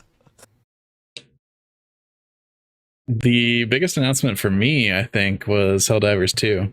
Yeah, was just- Helldivers 2. Top of the show, they just put that right out, and I was like, well, this showcase was worth it for me. And And it's coming this year. They've Risk of Range 2'd it. Yep. So they've taken the established formula and changed like gameplay perspectives. So it was like a top-down dual stick shooter before, and now it's going to be a third-person action shooter thing. What do you guys think the first game that quote unquote Risk of Rain 2'd it? I have a game in mind, and I feel like it was the first, but I want to know if you guys have an opinion on this. To go from the first game and then put out another game with like a 2 on the end, but it's like a completely different gameplay style. Does it have to be a 2? It doesn't have to be a 2. Doesn't have to be a 2. It's gotta be Fallout. I don't think it's Fallout either. Oh wow. I mean that's okay. Fine, sure. The first, I don't know. I think it's Fallout 3. I think it's Command and Conquer Renegade. 2002's Command and Conquer Renegade, which took the RTS Command and Conquer, and then they went to a first-person shooter where you run in the buildings. I mean, would we count? Because there was a whole time when the video game industry went from 2D to 3D, right?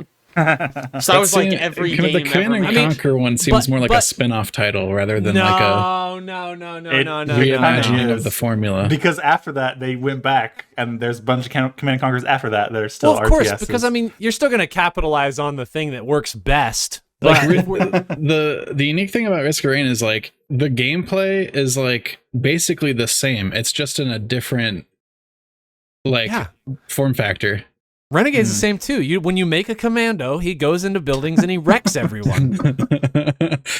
So it's still an RTS. Like you still Renegade, build a base and you still build up an army and then No, you don't do that.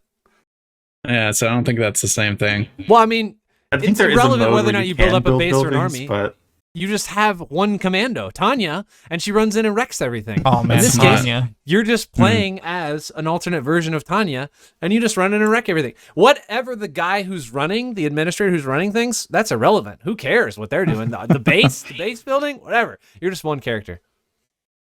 Like Risk Rain still has like the same All right, items listen. When that they you come upgrade your out character with a Risk of Rain 3, and they've capitalized yet again on another perspective, I'll give you that. But when they go back to like the original Risk of Rain with Risk of Rain 3, or if they just never come out with anything, it's kind of hard to compare them because it's just two games. You could also call Risk of Rain 2 kind of a spin-off. I don't think you could. No. This I don't is think you. whatever. Good. Good. It's a weird argument that the main named sequel is a spin-off, but that's fine. Whereas the game that is like the game name random word. Like if it's called Command and Conquer 2. All of them have random words. Command and Conquer Tiberium Sun. Command and Conquer Red Alert. They're all not, spin-offs. It's not 1, 2, 3, 4, 5, 6. All But they do spin-offs. Red Alert 2, Red Alert 3. They do for some reason. I don't know why. So all spin-offs except for Isn't- 1, 2, and 3. Except for the Red Alert series, Isn't which is originally Tiberium a spin-off. Sun 3? Yeah. Or might be in the 2. series? Tiberium. The Tiberium series is the mainline series. Well,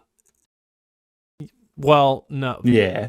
The original Command and Conquer is not the Tiberium Sun game. If we We're talk gonna about deep Command and dive Conquer into for much the longer, Command and I'm Conquer leaving. franchise now. I can't do this. We got Ghost Runner 2 announced for this year. I think you mean Ghost Rider? Ghost Rider 2? Yeah, there's a motorcycle in it think like. Yeah. and Tiberium Wars is 3. Jesus Tiberium Christ. I can't wait to have a stint of me trying to go fast. All right, for In what a it's game. worth, Command and Conquer 95. Oh my god. Red Alert Counter-Strike, Red Alert The Aftermath, Red Alert Retaliation, Tiberium Sun, Tiberium Sun's Firestorm, Red Alert 2, Yuri's Revenge, Renegade, Generals, General Zero Hour, The First Decade, Command and Conquer 3, Tiberium Wars, Command and Conquer 3, Kane's Wrath. Did you There's just say gotta the be first 2 decade? threes. That's like the first decade of games they made bundled into one. That doesn't count. Get I'm outta just here. listing all the games. Then there's 3 other Red Alert 3 expansions, and then Tiberium Twilight, and then Tiberium Alliances, Rivals. Tiberium And of course Twilight's 4. It is 4. Somehow yes. Tiberium Wars is 3 after all you listed above that. Yes. Yeah. Man, can I told direct the you to Tiberium Resident series Evil? is the main line. And this was all announced at the PlayStation Showcase? Yeah, this was Yeah, all you got it, PlayStation. yeah. So Yeah. Yes. Yeah. That's Crazy. sick. We Ghost got Runner 2 Squeenix. said that. Yeah, Squeenix. we got Squeenix announcing a Squeenix. new game, a Splatoon knockoff that looks terrible. Oh my gosh, I it think. looks so bad. Awful. Dude, looks what a pretty time. bad. Man, what better time to knock off Splatoon than after Splatoon 3? Yeah, right. They've made 3 of these fucking things. What are you doing, Square Enix? Make it after Splatoon 1. and this just looks so much It worse. looks terrible. It's called Foam Stars. They shoot foam Mhm. Oh and, my. and It they looks- surf around on it. You Oh, can like God, it looks stand on it and terrible. stuff. But I don't know that's what you guys complaining about. Mechanic Looks from so Splatoon, I exciting. guess. That It sounds looks awesome. so bad. Looks so bad. It looks like a fake game. Like if you told me it wasn't Mhm. real and it was a joke, I would believe you. Square Enix is something else, man. Struggling. I don't know what they're doing. Hopefully figure it Final out someday. Fantasy's good. Speaking of Final Fantasy, they put out a new trailer. Actually, I have a fun anecdote that I learned about Final Fantasy 16, the new one. They're adding a feature called Active Time Lore. Does anyone else know about this? What? No. So it's a feature where when they're talking in a cutscene, there'll be like a little pop-up. So someone will be like, "Oh, the Dothraki are coming," and like a thing will come and it'll be like, "Oh, the Dothraki are that army you remember from like an hour ago," and it'll give like a little lore blurb. Okay. And the reason that they made it, this is from the producer, Naoki Yoshida. I think it was in May in 2019. We brought together pretty much the main staff of all the sections working on the game, and we read through the entire script all together. We found that even a lot of the internal core staff were lost, and they didn't know what was going Oh on. no. What? No way. I don't think that's a good thing. That's so like the idea that you would get everyone together, no one knows what's going on, you go, okay, we'll make a feature that explains it more. It's like, no, guys. You gotta Back to rewrite the it. Missing the board. bigger picture. Like, No, the this writing's isn't gonna fine. fix it. It's a different problem. We're too dumb to understand our own game. We need to explain it better. Just, oh my god. That game's gonna be such a hot mess. I'm actually kind of excited. It's gonna be a great donkey video. Yeah. Is it gonna be on the level of Gollum? Oh man, I don't know if anything will be. Phantom Blade Zero got announced. That game looks like it could be Looks good or bad. Awesome. It looks really cool. It looks It so also cool. looks borderline fake. Yeah. It looks like a it little would be too really hard trailery. to make. It looks like maybe it could be mostly scripted. I don't know. Yeah. Yeah. Hard to It confirm basi- until we see like how it's played. Yeah, Mhm. it looks like a Neo Sekiro kind of thing. Very Yep. high octane action. But yeah, little too scripted of what they showed, so who knows? The people that made Abzu revealed a new game. At first, I thought it was like a Journey 2 because it looks very Journey-esque. Mm-hmm. Yeah. But turns out it is a new one called Sword of the Sea. Well, it is. I believe it's the main artist from Journey. Is it? Okay. I believe so. It looks pretty cool. It like I said, it looks like Journey, but you also have like a snowboard and a skateboard and a hoverboard to slide around on. Looks pretty neat. I think it's just called a hover sword. Over swords. We got I like- Immortals of Venom. Mhm. It's a terrible, terrible name, but it does look like Wizard Doom, which looks pretty Oh, cool. that one. Mhm. There were so many bad names at this. Can So we do many a bad- run of all the bad names just back to back? I got you the worst one right here. Tower of Fantasy. Tower of Fantasy, pretty bad. That's That's nothing. At least I could remember that, though. I'm never gonna. Oh yeah, there's remember this. also Towers of Agazaba. Agazaba? Yeah. Oh. I think that one's the Agrabah. worst Agrabah. one. It's, Agrabah. it's Yeah, a game Towers based of on the Agrabah. Aladdin series. Wait, is Tower of Fantasy the MMO? Is that coming to PlayStation? Yeah, Huh. Okay. Cool. yeah. There was a lot of random anime games that they showed. There were. Yeah. So you guys Anything excited else about this important? list? Oh, the big thing is Spider-Man. Oh yeah. Yeah. We didn't talk about Spider-Man yet. They showed off a lot. The new Spider-Man 2. More And it looks Spider-Man than sick. you would expect. It looks awesome. Mm-hmm. It looks like more Spider-Man. Mm-hmm. But with the symbiote suit, which looks like it has a lot of really cool gameplay mechanics.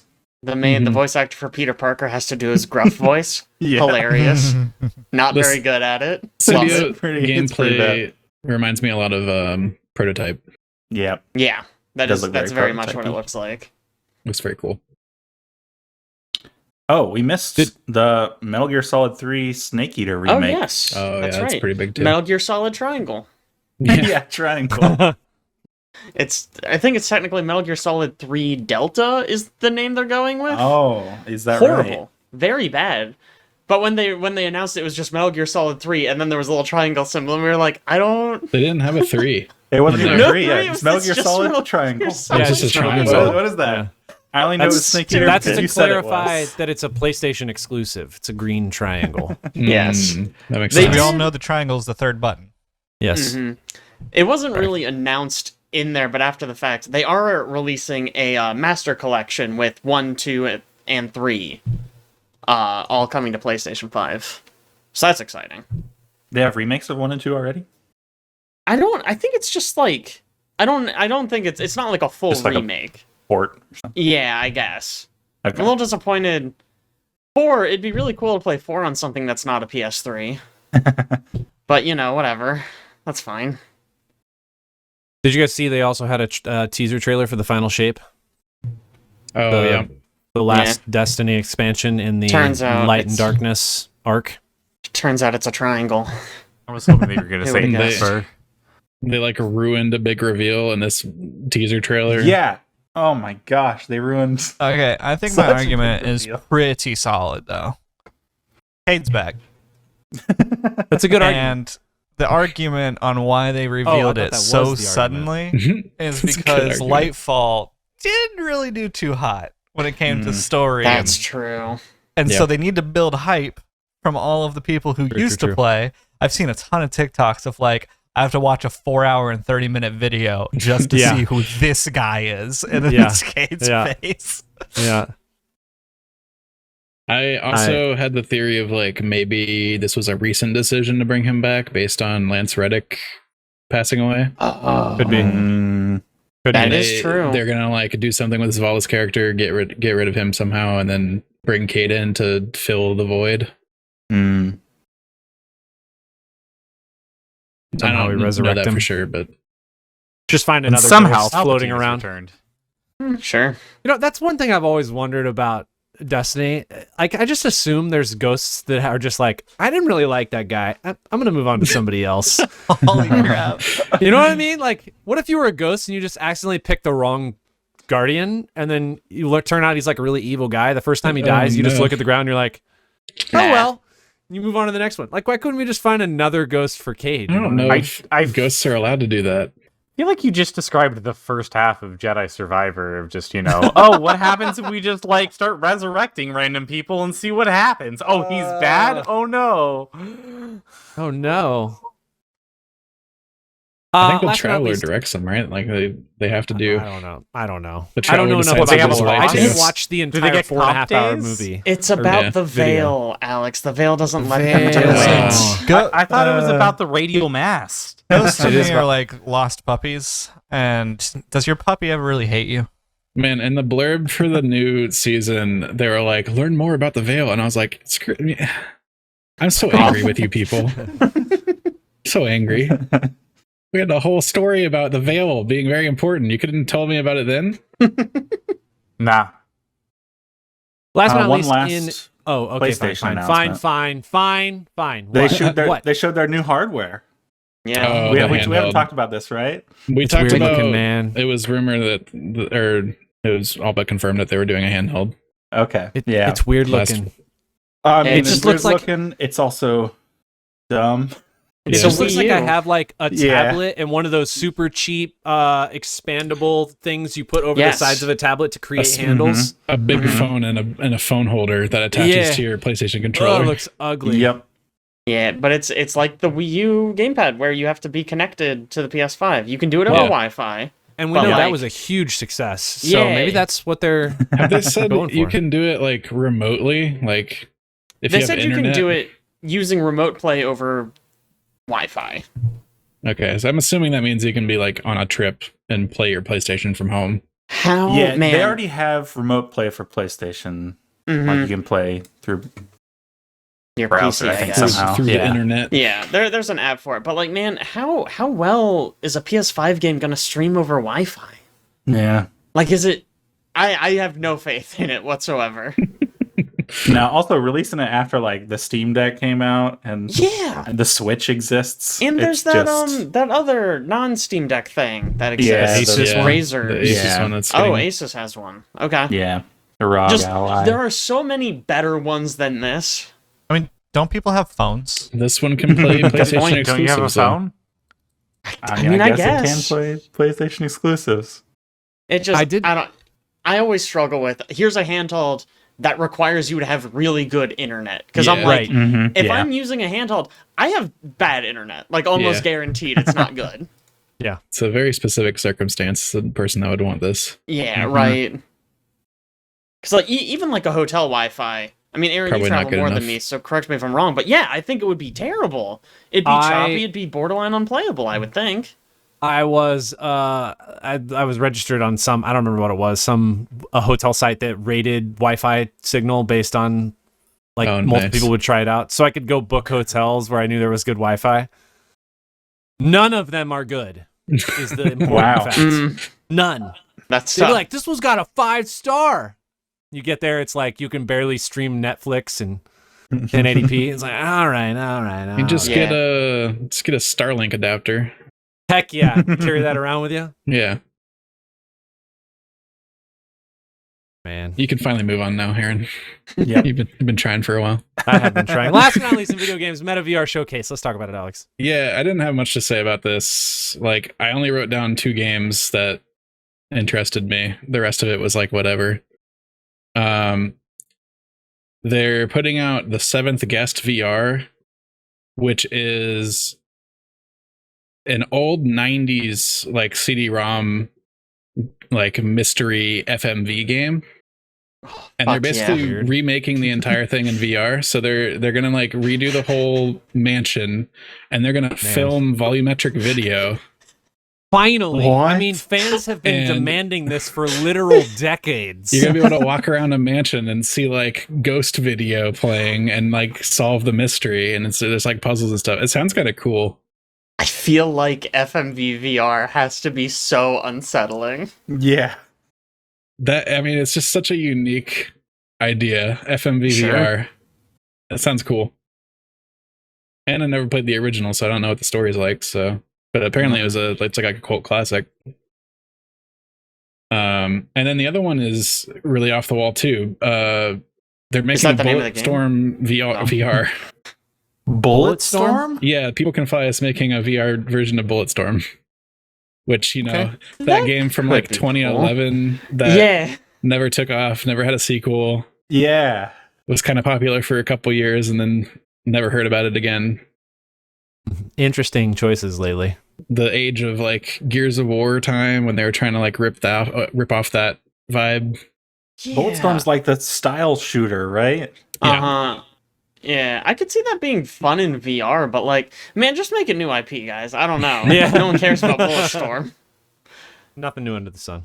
Nobody can Yeah. do it anymore. We're done. We've reached the limit. I can see like because you That's got like the true. leash thing that you would like throw at enemies and like That's pull them in true. the air and stuff like That's that. So great in VR. that'll be good in that would be VR. very satisfying. Maybe, I mean, that could be fun. Yeah. The rest of it was kind of boring. I don't know. They announced Asgard's Wrath 2. That was their big showpiece. Asgard's Wrath? Yeah, and it's like Sequel to Meta's- Azura's Wrath? Oh. Do people still Meta's care? like big exclusive IP that they have. Do people still care about VR? Like, I don't mean like care about VR, like, oh, there's a VR game. I'm like, do people care in the sense that they are super excited for things like Meta's VR showcase? This is the thing they get up for in the morning to watch because they're pumped about the next VR games that are coming out. A big part of the That's PlayStation showcase was all the PlayStation VR stuff. Yeah, It's true. PlayStation We didn't VR talk we didn't about just it. came because out, Who cares? Meta did just announce their new Quest headset, Quest 3. Like, I know you coming out can't this year. see it, but my VR headset is hanging right there, and it's been there for like 3 years. Yeah. Mine's in the box. Yeah. I haven't I played mean, VR lately. VR is great. It's niche. They that's need to, what I'm saying. For sure. Okay, all right. They need to have another big jump, I think, at some point in technology. I need the jump in technology to have no cables. But I mean, MetaQuest is like huge. Like everybody just like picked up an on sale like Quest 2 at some point and is dabbled in VR. Yeah. What's the library like that you can actually like? Can you?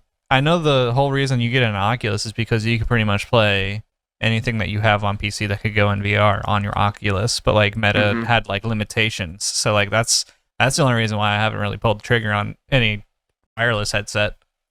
You can run a wire to the PC and play PC VR stuff with the headsets. Oh, You don't even need a wire. Oh, you don't? You can run it wireless. Yeah, I run. All I have now is an Oculus 2. Yeah. And I play stuff from my Steam library. okay. So you can do it. They want you to stay in their walled garden and buy their stuff off their store that runs natively on the hardware, but Fuck them. They can't tell me what to do. My biggest issue with VR is tripping over the cable, having to set up the sensors, sensors not working properly. Like my fist is just going off the screen, and I'm like, it's right here, guys. Like what? Having to have headset? like 30 USB ports on my computer taken up. Switch out the HDMI constantly with the other monitor that I have. Like just all that stuff. All that stuff Yeah. is just. I was really excited to get my new Quest a while ago because of all of that. Having the setup. Yeah. It was like, oh, I want to play VR. Well, let me set up for an hour and then troubleshoot for another hour. And then get sick in like 5 minutes and have to set it down anyways. Right, and then you don't play it often enough, so then something breaks on it to where anytime you do want to play it, it's a chore. Exactly. You just told me to recognize why I have no USB ports available on my computer. I regularly look down there to plug something in. I'm like, why do I have all these cables? That's why. Now I know. The Quest 3 headset does look pretty nice. It's a lot smaller than the Quest 2. It's like shrunken a little bit. It's probably lighter. Did they is there a price on it? 500, I think. So cool, good. Yeah, no. Give cool, it like someone another, can buy that. give it like another year. I mean, I don't know. Caleb and I bought the Index at like Sure, you $1,000 guys or are whatever it was. crazy. I think I got my Quest 2 Indeed. for like 100. Yeah. Like So insane. I'm sure the Quest 3 will go on sale at some point, and then same thing will happen. A bunch for of a new fifth people of will the get price, though. in. Yeah. Like I mean, maybe well, the maybe Quest they'll 2 make a was new originally version. like I think the Quest 2 300, was. Was it only 300 ever? It might have been 4. I don't remember for sure. I mean, maybe you're right. Maybe I'm crazy. The only reason I did it was no wires, and it was cheap enough that I went, oh, that's not even a hard choice. Like that sounds cool. I'll spend $100 on that. Done. I mean, it seems like it has a lot of the enhancements that the Quest Pro headset has, and that headset came out at $1,500 and has since dropped to $1,000. Holy shit. They were aiming that at businesses, but Yeah. I need the sure. full body People bought it. tactile.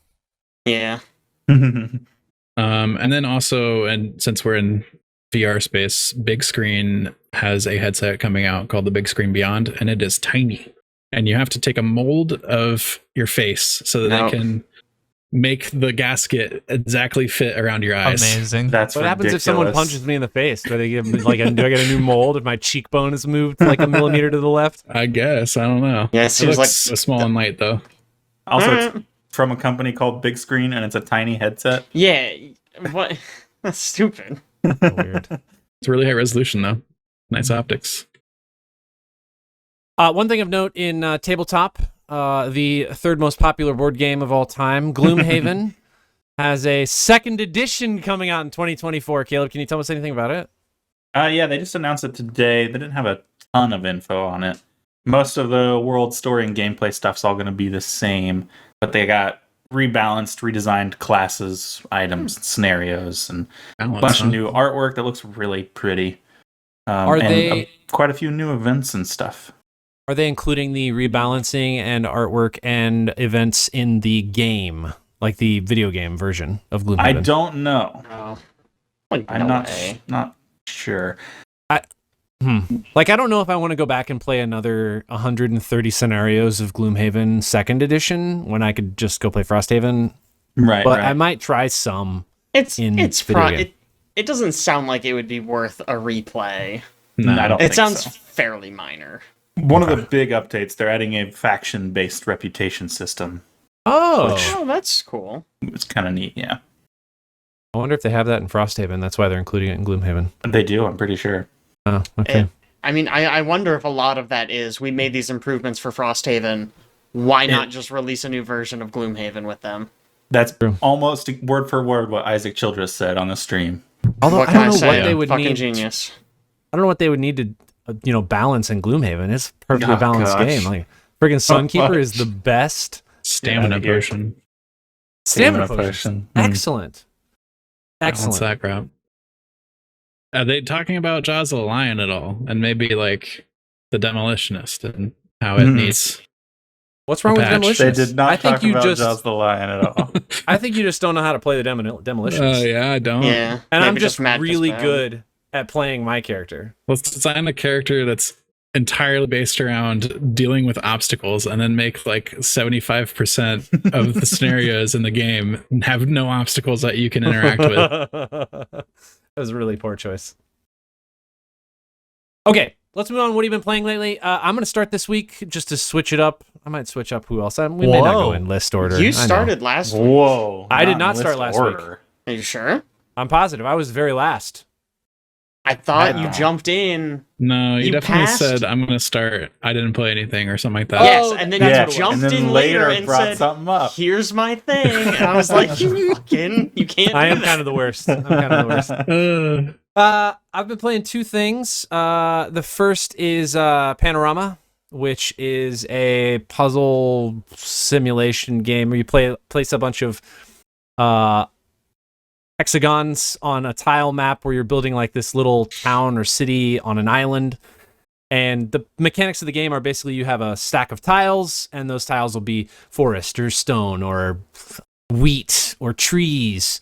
And basically the goal is to place them in adjacent positions to other tiles of that type in order to upgrade those tiles that are adjacent to those and kind of just build out this little world. It is a very calm, very just sit down and forget about everything that's going on and just zone out for a minute game. I beat it in like 3 hours. It doesn't really have like a campaign of sorts. It's more just like you just need to build all of the buildings, and there's like 50 special buildings. The other mechanic in the game is as you sort of level up, when you place tiles, you get points for those tiles, and every so often you'll get a special building that you can construct. And that building just gives you benefits of sorts. Placing tiles of a certain type, double points, or placing tiles of certain types are upgraded automatically, or there's various other things you can get for it too, but it's very chill. Super easy, not complicated at all. So if you want something relaxing, and I feel like this game's right up your alley. I think you need to play it. I mean, it sounds like something that's right up my alley. So yeah. How are the colors? Vibrant. Love it. Good. The other game I've been playing, I bought Ixion recently, and if I would have played this game in 2022, it would have been on my Game of the Year list. Wow. It could very well have been near the top. I freaking love this game. I have spent 40 hours over the past week and a half playing it. Oh my god. I beat the entire campaign. I'm about to go back and play it some more because it's freaking awesome. It is a city building survival game where you are playing on an Ark ship, traveling through the universe to get to the place where you need to deposit Earth's civilization because we've destroyed the planet. That's why you like it. It's a homeworld city builder. It is like a cross between Homeworld and what's that? Frostpunk. Frostpunk. Game of Thank you. Thrones. Oh.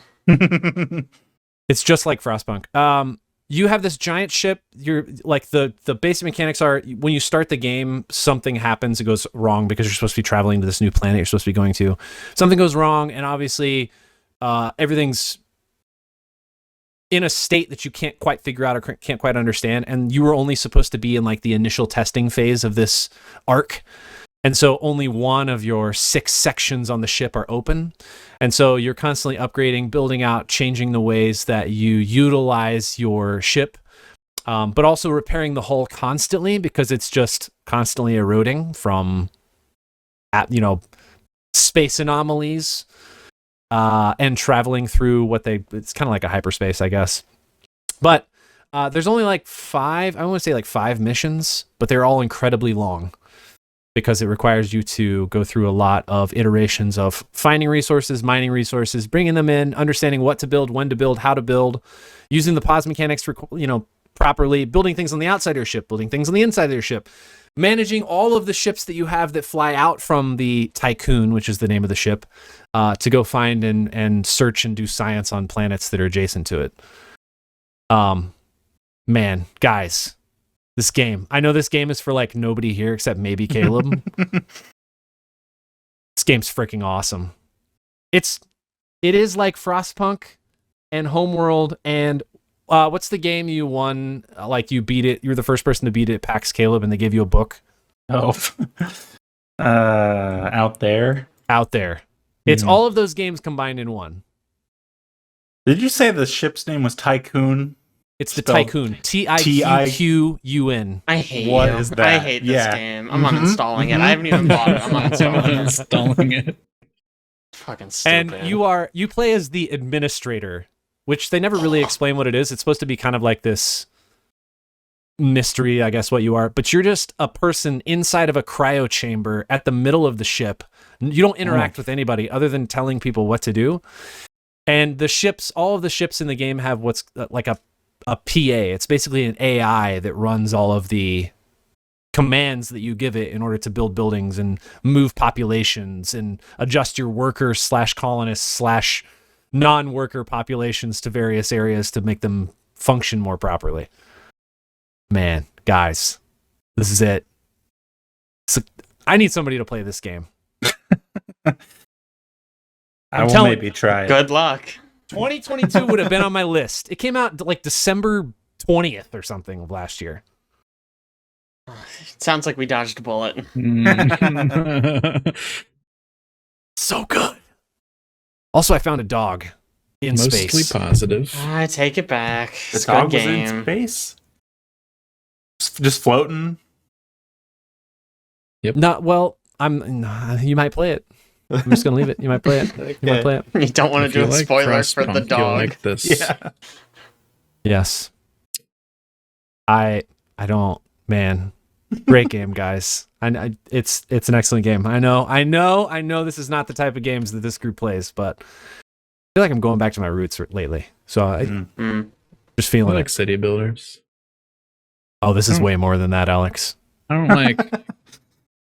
The depth, the storytelling, the mystery, I don't like the sounds- resource Frostpunk. management. I don't Man, like it sounds like you're personnel describing Fast management. X. I don't like the difficulty. I guess something No. like Frostpunk. You probably will not like Ixion. Like city builders to me should be like chill.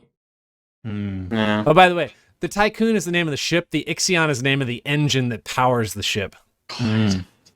You make it sound more boring the more you describe it. Oh, and it gets really good because at some point you're unable to travel through hyperspace because you get a better engine, but it wasn't meant for your ship. And the PA of the engine, the artificial intelligence of the engine that you attach to the ship, is like, well, you're not authorized as an administrator to be able to fly this normally.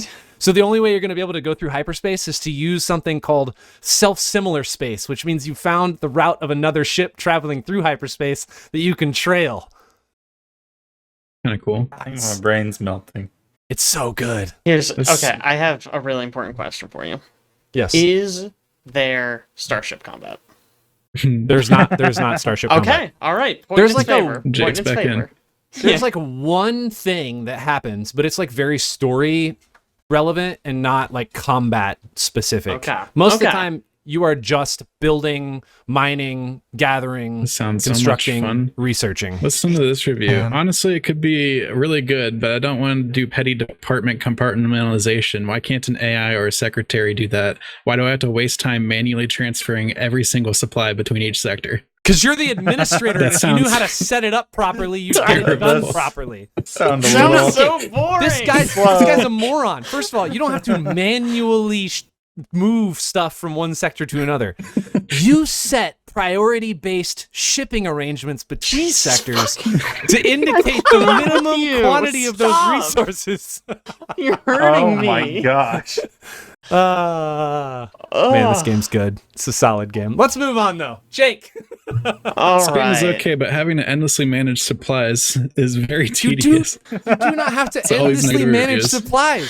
These people don't know how to play set this the game. precedence of the shipping manifest. Listen, there is a matrix of about like, I'm gonna say like 20, like probably 20 different resources across, and then 6 sectors deep, and you just tell which sector the minimum quantity you want for each of those sectors and what prioritization you want for each of those resources in those sectors, and it does it for you.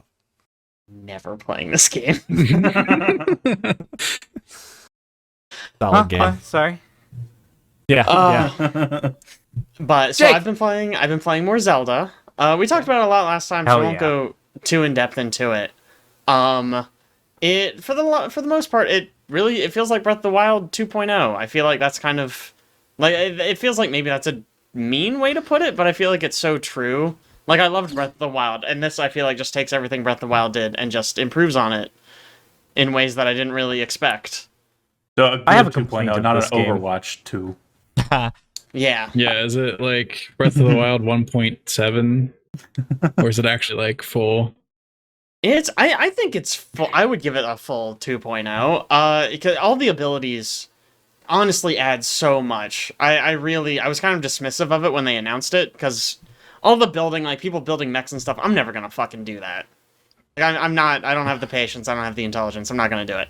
But even just baseline, just doing like interacting with it at a base level, like I'm gonna glue these logs together and use that to get over this gap or whatever. It makes the whole world so much more cohesive. Like Breath of the Wild, right? You had an ability that let you freeze water, and it's like, well, if there's water, that might be useful. But I'm in a forest, so I guess that's completely useless. Whereas in Breath of the Wild, it's like the fusing mechanic for your weapons is like completely defines the combat. That's how you are going to make your weapons better. It gives them different characteristics. It's like the whole meta of the combat is based around it. Fusing stuff together, you can make vehicles, and there are so many instances where it's like, shit, the ground is actually kind of treacherous, or man, I've got to get like kind of a long way. It'd be nice if I just had like a fucking four-wheeler. Like it just opens things up in a really great way. And I think it's really really great. easy to make. Oh, Like, yes. just to make a vehicle that rolls along the ground. Well, Okay. there are some things that make it a lot easier if you discover those things at the beginning of the game. You went to the end before you got auto build. Oh yeah, dude, I did all 4 bosses before I got auto build. Yeah, no, you shouldn't have done that. Yikes. I Yeah, was a little upset that they were like, "Hey, here's this thing," and I was like, "You should have maybe given me that before I ran in and did all of this other shit." I do think it's weird that one's so hard to get because it is so necessary. So the way it works, the spoiler, it's not a spoiler. I don't care. I'm going to talk about it. Basically, you get this ability that lets you, whenever you build something, it stores it in like you have like a list of your most recent things, and you can like favorite it, and at any time you can go, okay, let's build that four-wheeler I built 2 hours ago, and it'll be like, okay, you got to spend a little bit of resource if the parts aren't around. If the parts are around, you can build it for free. If you have all the parts in range, it's just like, oh great, there's your four-wheeler. But if it's not, you pay like a little resource that's not that hard to get in certain areas. Okay, it's a little hard to get, whatever. But you can get a lot of it very easily. But yeah, you just like pay, it's like 3 per missing component. And it's like, okay, you just get that thing you wanted. And it's like, awesome, fantastic, so good. It's such a smart addition. The other thing I've been playing is I finally started Jedi Survivor. Again, this is another one we talked about a lot last time, so I'll try not to reiterate too much. I don't usually like Star Wars. I am pretty sick of it. But this game kind of slaps ass. It's so good. I think the main thing it does better than the last game is the last game felt like it started you in like with basically nothing. It was like, okay, here's your sword. Good luck fighting that frog. And it's like, oh, okay, can I like force push them or do something tricky? It's like, no. You can block and you can swing it. That's the list. And this one starts off, it's like, oh yeah, you got wall run, double jump, block, reflect, Jedi mind trick, push, pull, slow. Yeah, you can do all of that. That's fine. And it's like, oh, I can do the fun stuff right away. That's great. So I've been really enjoying that. I'm not very far in it yet, but I'm also streaming it over at weirdthehorizon.twitch.tv every Friday. Come hang out. Yeah, I think they did a good job in that one of, not feeling like you backtracked between the two games. Like, you got a bunch of those abilities, and it was like, hey, you still get these abilities. You still are able to do some cool stuff. And so I think that was like that's a huge up for that. I agree, but what are they possibly going to do between this one and the next game? They're going to give us ability, lets us shoot through the ceiling. Yeah, Just like, just build. Yep. Build using And your build environment. stuff. Mm-hmm. Give you a stance where you can hold the lightsaber backwards. Make it so that you're Like actually Star fighting Killer. the Empire. Yeah. Wait, what? I'm sorry. Remove the bugs. Man. Increase Improve the performance on PC. Yeah. There are so many videos after playing Jedi Survivor. There's so many videos of people analyzing how holding a lightsaber backwards is actually the most efficient and effective stance for any lightsaber Jesus wielder. Fucking Christ. Why? Apparently for blocking primarily, but it's just like a really effective mechanism instead of holding it like normal. Yeah, let's do it. It looks cool too. Yeah, that's the only part that matters. Like, it looks cool. Star Wars isn't real. I don't care if it's effective. I wonder if they're going to have like 2 daggers. They're going to have small ones in Ooh, the next little one. baby lightsabers. Dagger stance. He's going to hold them out. No, I Oh, bet, you I get- bet you get the dumbass helicopter ones. Nunchuck butter knife lightsabers. Nunchuck. That is a good way to murder yourself accidentally Nunchuck immediately. lightsaber. But no, because you're using the Bounce force off your every neck. time you're like about to hit yourself in the face, you're turning it You off and deflect on. it. Mm. Using the force to hit the button. Yeah. I think, honestly, one of the best things they did in this game, they got rid of Cal's stupid ass poncho. That Well, thing was the bane of my existence. Kinda. have you seen him come on stage and ask about the poncho? No. There's like a clip where he's like, "Yeah, I understand. Like that's all good and well. Thank you for describing that. Is there a poncho?" Oh, you know what? I think I did see that. You're in game, yes. Fucking poncho was so stupid. I hated it so much. It looked so bad. It's pretty I ugly. loved it. Loved it. I think I Yeah. found it and I put mean, it it's on. why everybody Uh-huh. likes the terrible hair and the terrible facial hair. I mean, Because sure. it looks terrible. Mm. 11.5% you know what? That's of fair. players, Chad. Man, I'm still in the I'm in the bottom percentages of like all of this stuff. I Owen, still how can't about believe you? 4%. That's I know. Yeah, I've been playing Breath of the Wild. I really Breath of the Wild. Not Breath of the Wild. Tears of the Kingdom. Yeah, I've been playing a little bit of Tears of the Kingdom, and I'd like to lodge a complaint, because I really thought I was going to be done this game last night, but it pulls the whole, oh, you thought this is where the final boss fight is? Just kidding! They're in a different castle! Play for 20 more hours! And I was like, God fucking damn it. I was so fucking pissed because I like got all my shit ready and I charged in there, and then they're like, nah fam, not for you. And I was like, well, fuck this. That pissed me off. I also happened to be playing V Rising because V Rising got a new update where they have like a new land. It's the fucking same. It's V Rising. It's I don't know. It plays the same. It feels the same. There's just new bosses to kill. They added some stuff to make the progression between the regions feel a little bit more smoother, which I appreciate. Like one of the things you have now is like, hey, here's a bunch of sort of looking for currency. Here's a bunch of currency, and the currency actually is spent at different places, and then you can use it to like get resources. So it doesn't just sit there and you're like, before where you just had like a bunch of fucking coins and you're like, well, now what do I do with this? And it's like, well, now you know what you do with it. So that's neat. Otherwise, nothing too crazy or too new there. So it's just kind of more of the same.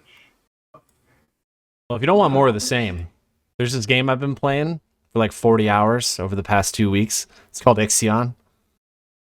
Solid game, Owen. Try it out. I mean, I think I might. Try it out. Try it out. Try it out. Alex, Yeah. what have you been So playing? I've been playing Conv/Urgence. A League of Is that Legends really story. how it's spelled? No, it's spelled Not Convergence. on the store, but You look at the logo. Why is the Yeah, the logo, logo doesn't stylized in count. that way? I don't know. But it's terrible because the slash doesn't look like an E in any way. I mean, the don't know. other E's look like E's, kind of, but Honestly, just be glad they didn't put like a 4 in place of the E. There'd be a conforgence, though. It's pretty good. I take it back. They should have called it conforgence. I'm not against that. That's the That's fourth. pretty good. The fourth game in the series. It's the 4th game in the Conv series. So yeah, Riot's been on a tear releasing random side games that have League characters in them to flush out lore and stuff. I haven't played any of those, but this one looked really fun, so I bought it. It also has a character from Arcane in it, which is probably a Yeah. big selling Oh, point. It's Echo yeah. from Arcane, and Jinx from Arcane is also in it, and you know, Spoilers. Some there's- other people. There's the characters from Arcane in this game. Yeah, it's like a side-scrolling action platformer. Like, it feels sort of like a Metroidvania, but I hesitate to call it a Metroidvania. They don't actually call it Metroidvania in their marketing stuff, and I think for good reason. The game is like incredibly linear. Mm. So it has like 2D action platforming, big world to explore. You get an upgrade that lets you get to new areas, Metroidvania tropes, but also you at no point do you have access to go like wherever you want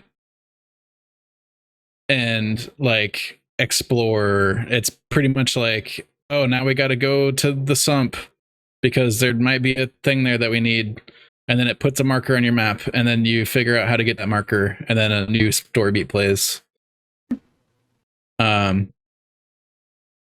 I think that's like the only negative thing I have to say about it, because it's a lot of fun to play. Combat is great. You have time manipulation powers, which is the major gameplay component of this game. So when you're fighting, if you get hit by something and take damage, you can pull the left trigger and roll back, and then let go at whatever point you want and start fighting again. So it becomes a combat puzzle of figuring out like, all right, I'm going to get hit there, so I need to roll back to this point and make sure that I, drop down and then dodge immediately. Otherwise, I'm just going to get hit again. And it ramps up and the amount of stuff it throws at you very significantly. I played it on the hardest difficulty. Oh, you're a gamer. Cool. So just so we're aware. And the difficulty accessibility stuff is like really granular, so you can like change how aggressive NPCs are, like how many they'll throw at you, like damage values, how much health you have, how many pips on your rewinder thing you get. You can even change, there's a setting to change like how difficult the platforming is, so they'll add or take away platforming obstacles for the platforming sections based on that. So I read some reviews talking about how the platforming is like really satisfying if you put it on the hardest difficulty. So then I ended up just putting the whole thing on the hardest difficulty and playing it that way. And for the most part, I think it's great. And then I hit a brick wall. The last like 3 bosses in the game are just so much harder than the rest of the game. Still very satisfying once you beat them, but they start throwing so much stuff at you, and they can, because you can just rewind and you know what's going to happen and you can plan for it. But it's stuff that would be completely unfair if you didn't have the ability to rewind. Like, and just getting down like the flow of the fights is a real challenge at that point, I think. And on the hardest difficulty, you got to rewind all the time because you only have 2 health. You can only get hit twice, yeah. And there's ways to supplement it. Like you get abilities that can like force health out and stuff like that if you do certain things. And there's a parry, and you can get an upgrade that when you parry something, you get a charge on your time rewind. Oh, nice. That's extremely helpful in the hardest difficulty. Yeah, I bet so. Yeah. I've yet to get the parry, so I'm not sure how I feel about the combat quite yet. Sorry, I was just gonna say it's $30. $30, yep. Which I think is cool. In a world of $70 video games, $30 is pretty cool. You know what else is $30? I swear to fucking God. If you say Accountant Simulator 2017. You're an administrator. Whatever. Not an accountant. Also, Such a difference. It blows my mind to see Riot doing this shit and then Blizzard doing their shit with Overwatch. It's just like, why? It's like a window into what we could have had. You know what I mean? Like, they have this super successful PvP game that's been going for ages and getting tons of content, and then they're like, oh, what if we just made, like, really cool single-player games, too? And it's like, oh, yeah. That's so smart, and it gets other kind of players interested in our PvP game. Wow, what a cool idea. How novel. Yeah, it's also really cool because League lore seems cool, but like, I'm not gonna play League. Well, so and also, what the if we PvP... took these characters and lore that everybody loves and made a TV show? Yeah, the PvP of League doesn't tell you the lore. Yeah. Like, Echo shows up and he's like, oh, what's up, Jinx? It's like, I don't know what that means. I don't know who these people are. I don't care. I'm not gonna Google it. I'm gonna die again because I got ganked or whatever. Yeah, it's really fun. It's not that long. I have 17 hours documented, but I think a lot of that was like left idle because I played like at least half of it on my Steam Deck. And Steam Deck starts counting things weird. As Aaron. Oh yeah, it does. Dude, 700 hours in Dredge. According to How Long to Beat, main story is 5.5 hours. Main plus sides is about 10. Yeah. That's That not is too long at all. shorter than I expected, but main plus sides being 10, that's usually where I end up as main plus sides, unless the game kind of sucks ass. I think playing it on the hardest difficulty and actually doing so, like a lot of the side stuff it's talking about is like, you got your waypoint on the map you're going to, and you're traversing from left to right to get there. And then there's like this section of the map that's like clearly you don't have to go into it, but you can, and it's usually a platforming challenge of some kind to get a chest and like a some sort of reward. And those are really cool. So I would recommend doing those. And then also occasionally you'll find a door that is like a pretty significantly harder normal combat challenge. That's pretty much all the side stuff though. There's not really like a ton of extra stuff, but it does add a significant amount of gameplay time, I think. Especially if you're redoing fights over and over again like me. I mean, I'm probably never going to have to redo a fight, is what I'm worried about. Yeah. I see 5.5 hours. I'm thinking I could get that down to like 3, probably. Gamer. Exactly. Capital G. Chad, how about you? What have you been playing?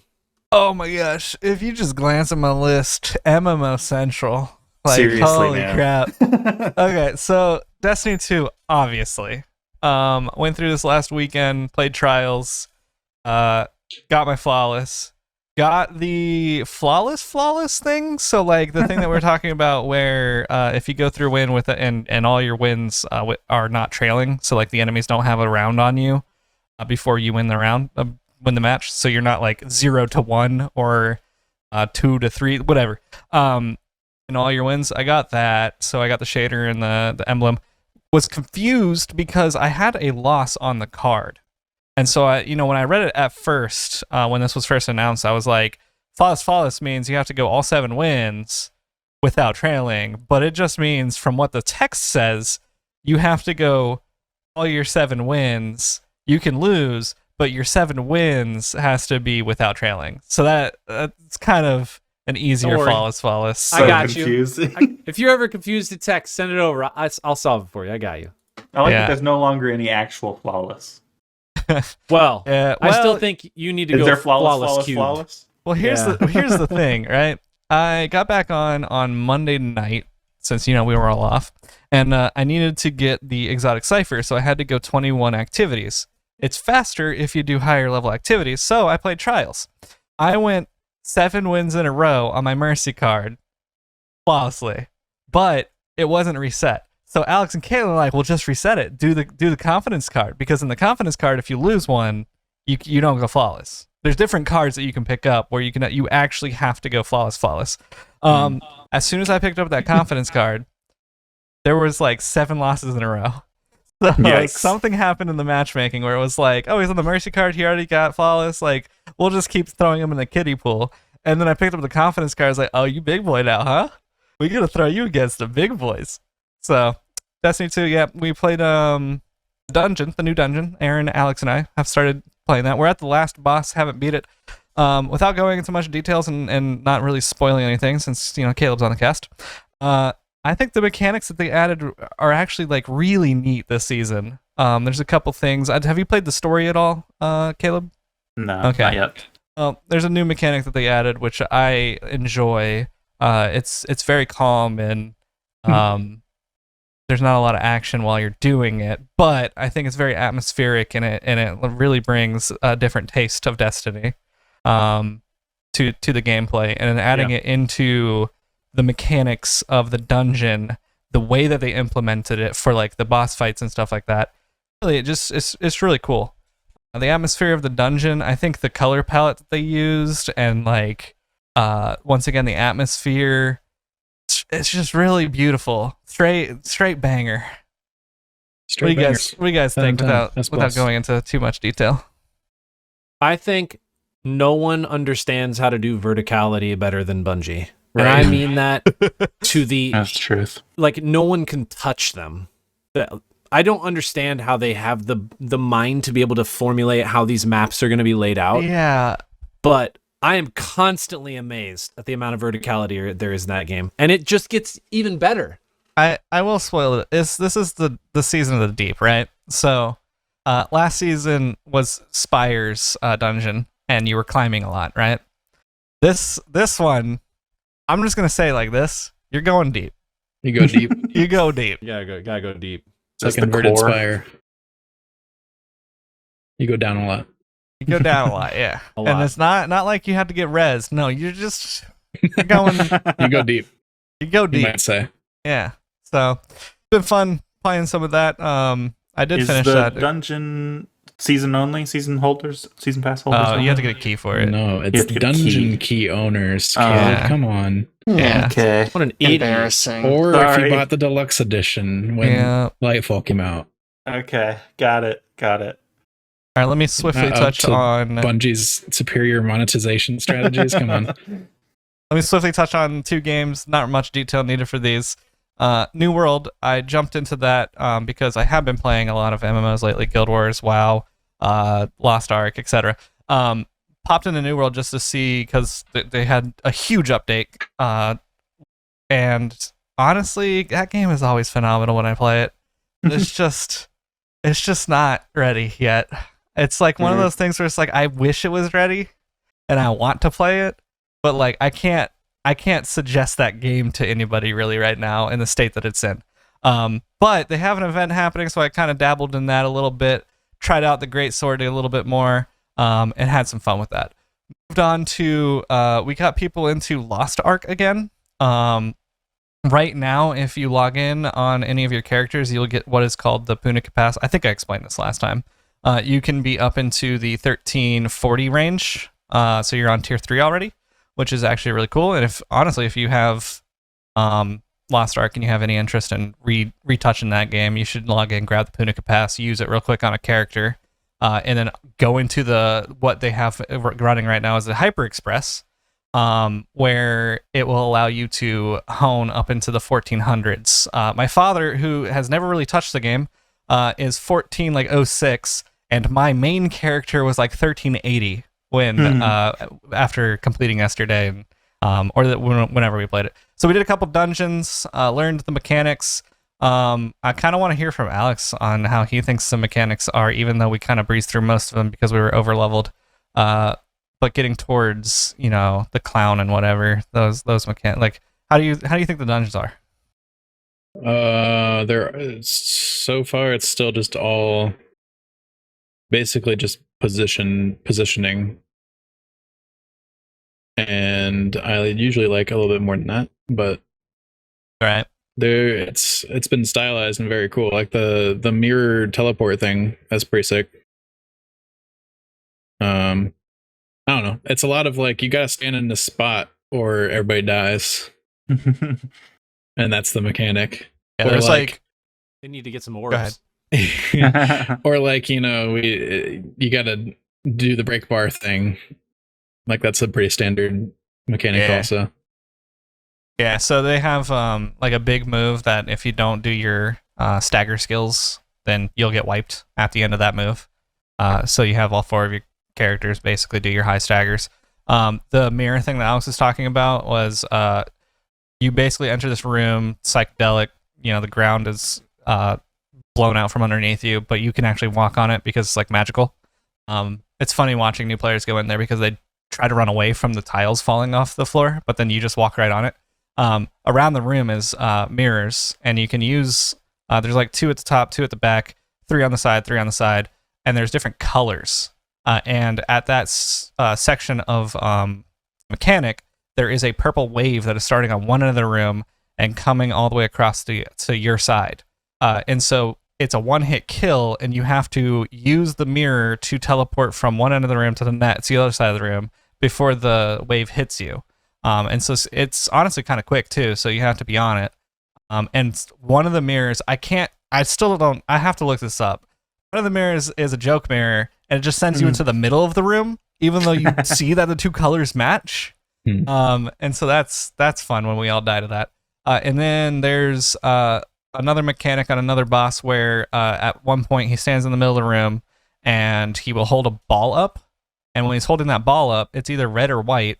And you have to kill one of the ads, either red or white, and then stand in their aura after. So it's basically Nazrak and his safety net thing. And also we're doing all of this as 1340, and like most of those dungeons were like 360, 480, so like it's super easy to get through. There haven't been any mechanics yet that require information exchange, and maybe that's just not a thing in these types of games, but I think that's like usually the most important, or not the most important, the most interesting part of Destiny, right? Yeah. Mm-hmm. It's like I got a piece of information and I need to tell somebody else on my team so they can execute on it. I don't think believe... that's... Go ahead.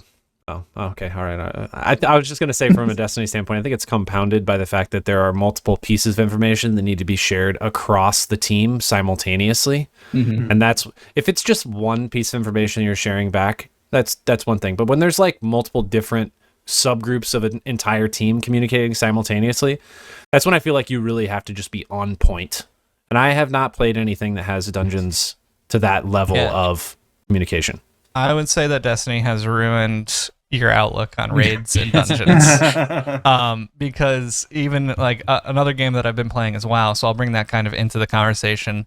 There's a boss in WoW where he throws spears at you, and after he throws the spears at you, you get chained to the ground. There's 3 people that are in the party of 5 that have this happen to them. And they have to walk towards the boss, and then have the tank kind of rotate through the chains with the boss, so the boss follows through the chains, and the chains break at that point, and the boss gets stunned. There's no communication that's really needed for that. There's no information exchange, but it's a huge mechanic that if you don't do it, there's a pulse of damage that constantly keeps happening, and you can die because you didn't do the mechanic. Going back to Lost Ark, there's really, I don't think you're ever going to have, I haven't done any of the raids, but I don't think there's going to be any of that information exchange. Like we've done Abyss dungeons, we haven't done Challenge Abyss, and we haven't done the actual raid yet. So maybe it will be. I don't know. Maybe. I mean, maybe the new Call of Duty dungeon will be that way. Who knows, really? I mean, we did have to do information exchange in that Call of Duty. I was actually impressed at the first one. Yeah.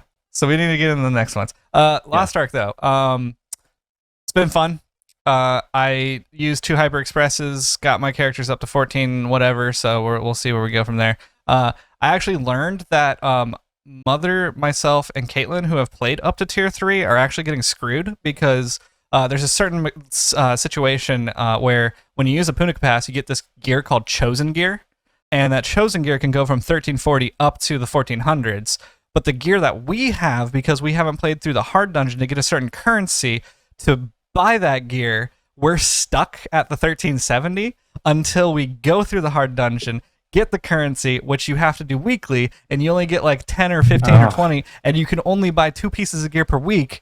So it's time gating, man. It's time gating, and and basically I told Caitlin, and I was like, I started honing her gear, and I was like, you need to create a new character. You'll get the 1400 way quicker.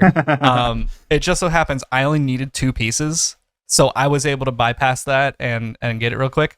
When you go into the hard dungeons, I look at everybody's eye level. I don't know what they're doing in these dungeons other than probably just getting gold at this point. But there was a 1460, there was a 1430. This is a 1370 dungeon, so it's like while they're in here, there was no mechanics. And the last thing is the last dungeon I think Alex missed. One of the mechanics that flew by so quick, and honestly, I think if we had less damage, would pop up a little bit more, was the clown kind of stuns you, and it creates this typing game. So you have to hit like E, A, D, W. You know, you have to like type what's on the screen to get out of the stun, or else he will do a lot of damage to you, and then you'll die. So that is one of my favorite mechanics that they have thrown in. Because what can they do in a top-down... WoW, I've been doing a lot of Mythic Plus dungeons, and so one of my issues with WoW and why I couldn't get into retail was basically everything dies so fast in all of the dungeons and stuff that we play. Mythic Plus is not that at all. Basically, you start at Mythic 0, then you go to Mythic 1, 2, 3, all the way up to 20. We have only hit Mythic 7. Health pools start to increase. You actually have to interrupt mobs. Pretty much you got to download add-ons like Deadly Boss Mob or Weak Auras that will kind of yell at you to get out of what you're standing in, or yell at you to interrupt, or kind of yell at you about a mechanic that's about to pop up, because of how many people actually use those add-ons. WoW developers, Blizzard has started developing these dungeons in a way that they know that these add-ons are going to be used, so it's kind of ramped up the difficulty for somebody who goes in there blind. And so I started off doing DPS and moved into tanking because I didn't want to mess up anybody's timers, because you only get a half an hour per dungeon, and if you don't beat it in the half an hour, the key doesn't increase. And so I DPS for a bunch, learned the pass, and now I've been tanking a lot because I really do enjoy tanking, and it's been a lot of fun going through some of the dungeons. There's a certain set. There's only like 8 dungeons that you keep going through, so you get really good at it, and then you keep ramping up your difficulty, which is really fun to do. And yeah, that's about it. All the MMOs. Cool. Yeah, that was a lot of MMOs. I expect 5 next week. Well, I mean, Guild Wars is a given because we do raids. 6. Diablo. Does Diablo count? Maybe. Because I'm currently in that game right now. Caleb. I've been playing more of the Resident Evil 4 remake. I actually finished it. That game's excellent. Really good. Excellent atmosphere. Some pretty fun boss fights, actually. I was kind of surprised by. You never played the original, right? I didn't. Crazy. Absolutely nuts. Yeah, I've heard of all the good stuff that they updated, but I had never played it, so I can't compare myself. Other than that, I played Firmament. Firmament's made by I lost their name now. Cyan Worlds, the Mist People. Mist People. Yeah. Yeah. Man, it's not very good. Their last game they came out with wasn't very. You said the same thing when it came out. Yeah, it's worse than that one. Worse. Oh, Yeah. that's not good. Yeah, it's worse than that one. Man, It's- that sucks. The puzzles are just really tedious most of the time. Usually you see the puzzle and you're like, oh, I know what I need to do. I just have to work my way to get there. And it takes a long time because a lot of the stuff moves really slow. When's the last time you played Myst? Like not OG, terribly or long even the ago. remastered version? Because I felt like the puzzles in Myst are also fairly tedious, especially when you get, especially when you get to But the there's second, the forest world. There's some interesting stuff where you need information from one area to solve a puzzle somewhere else. That ain't in this game at all.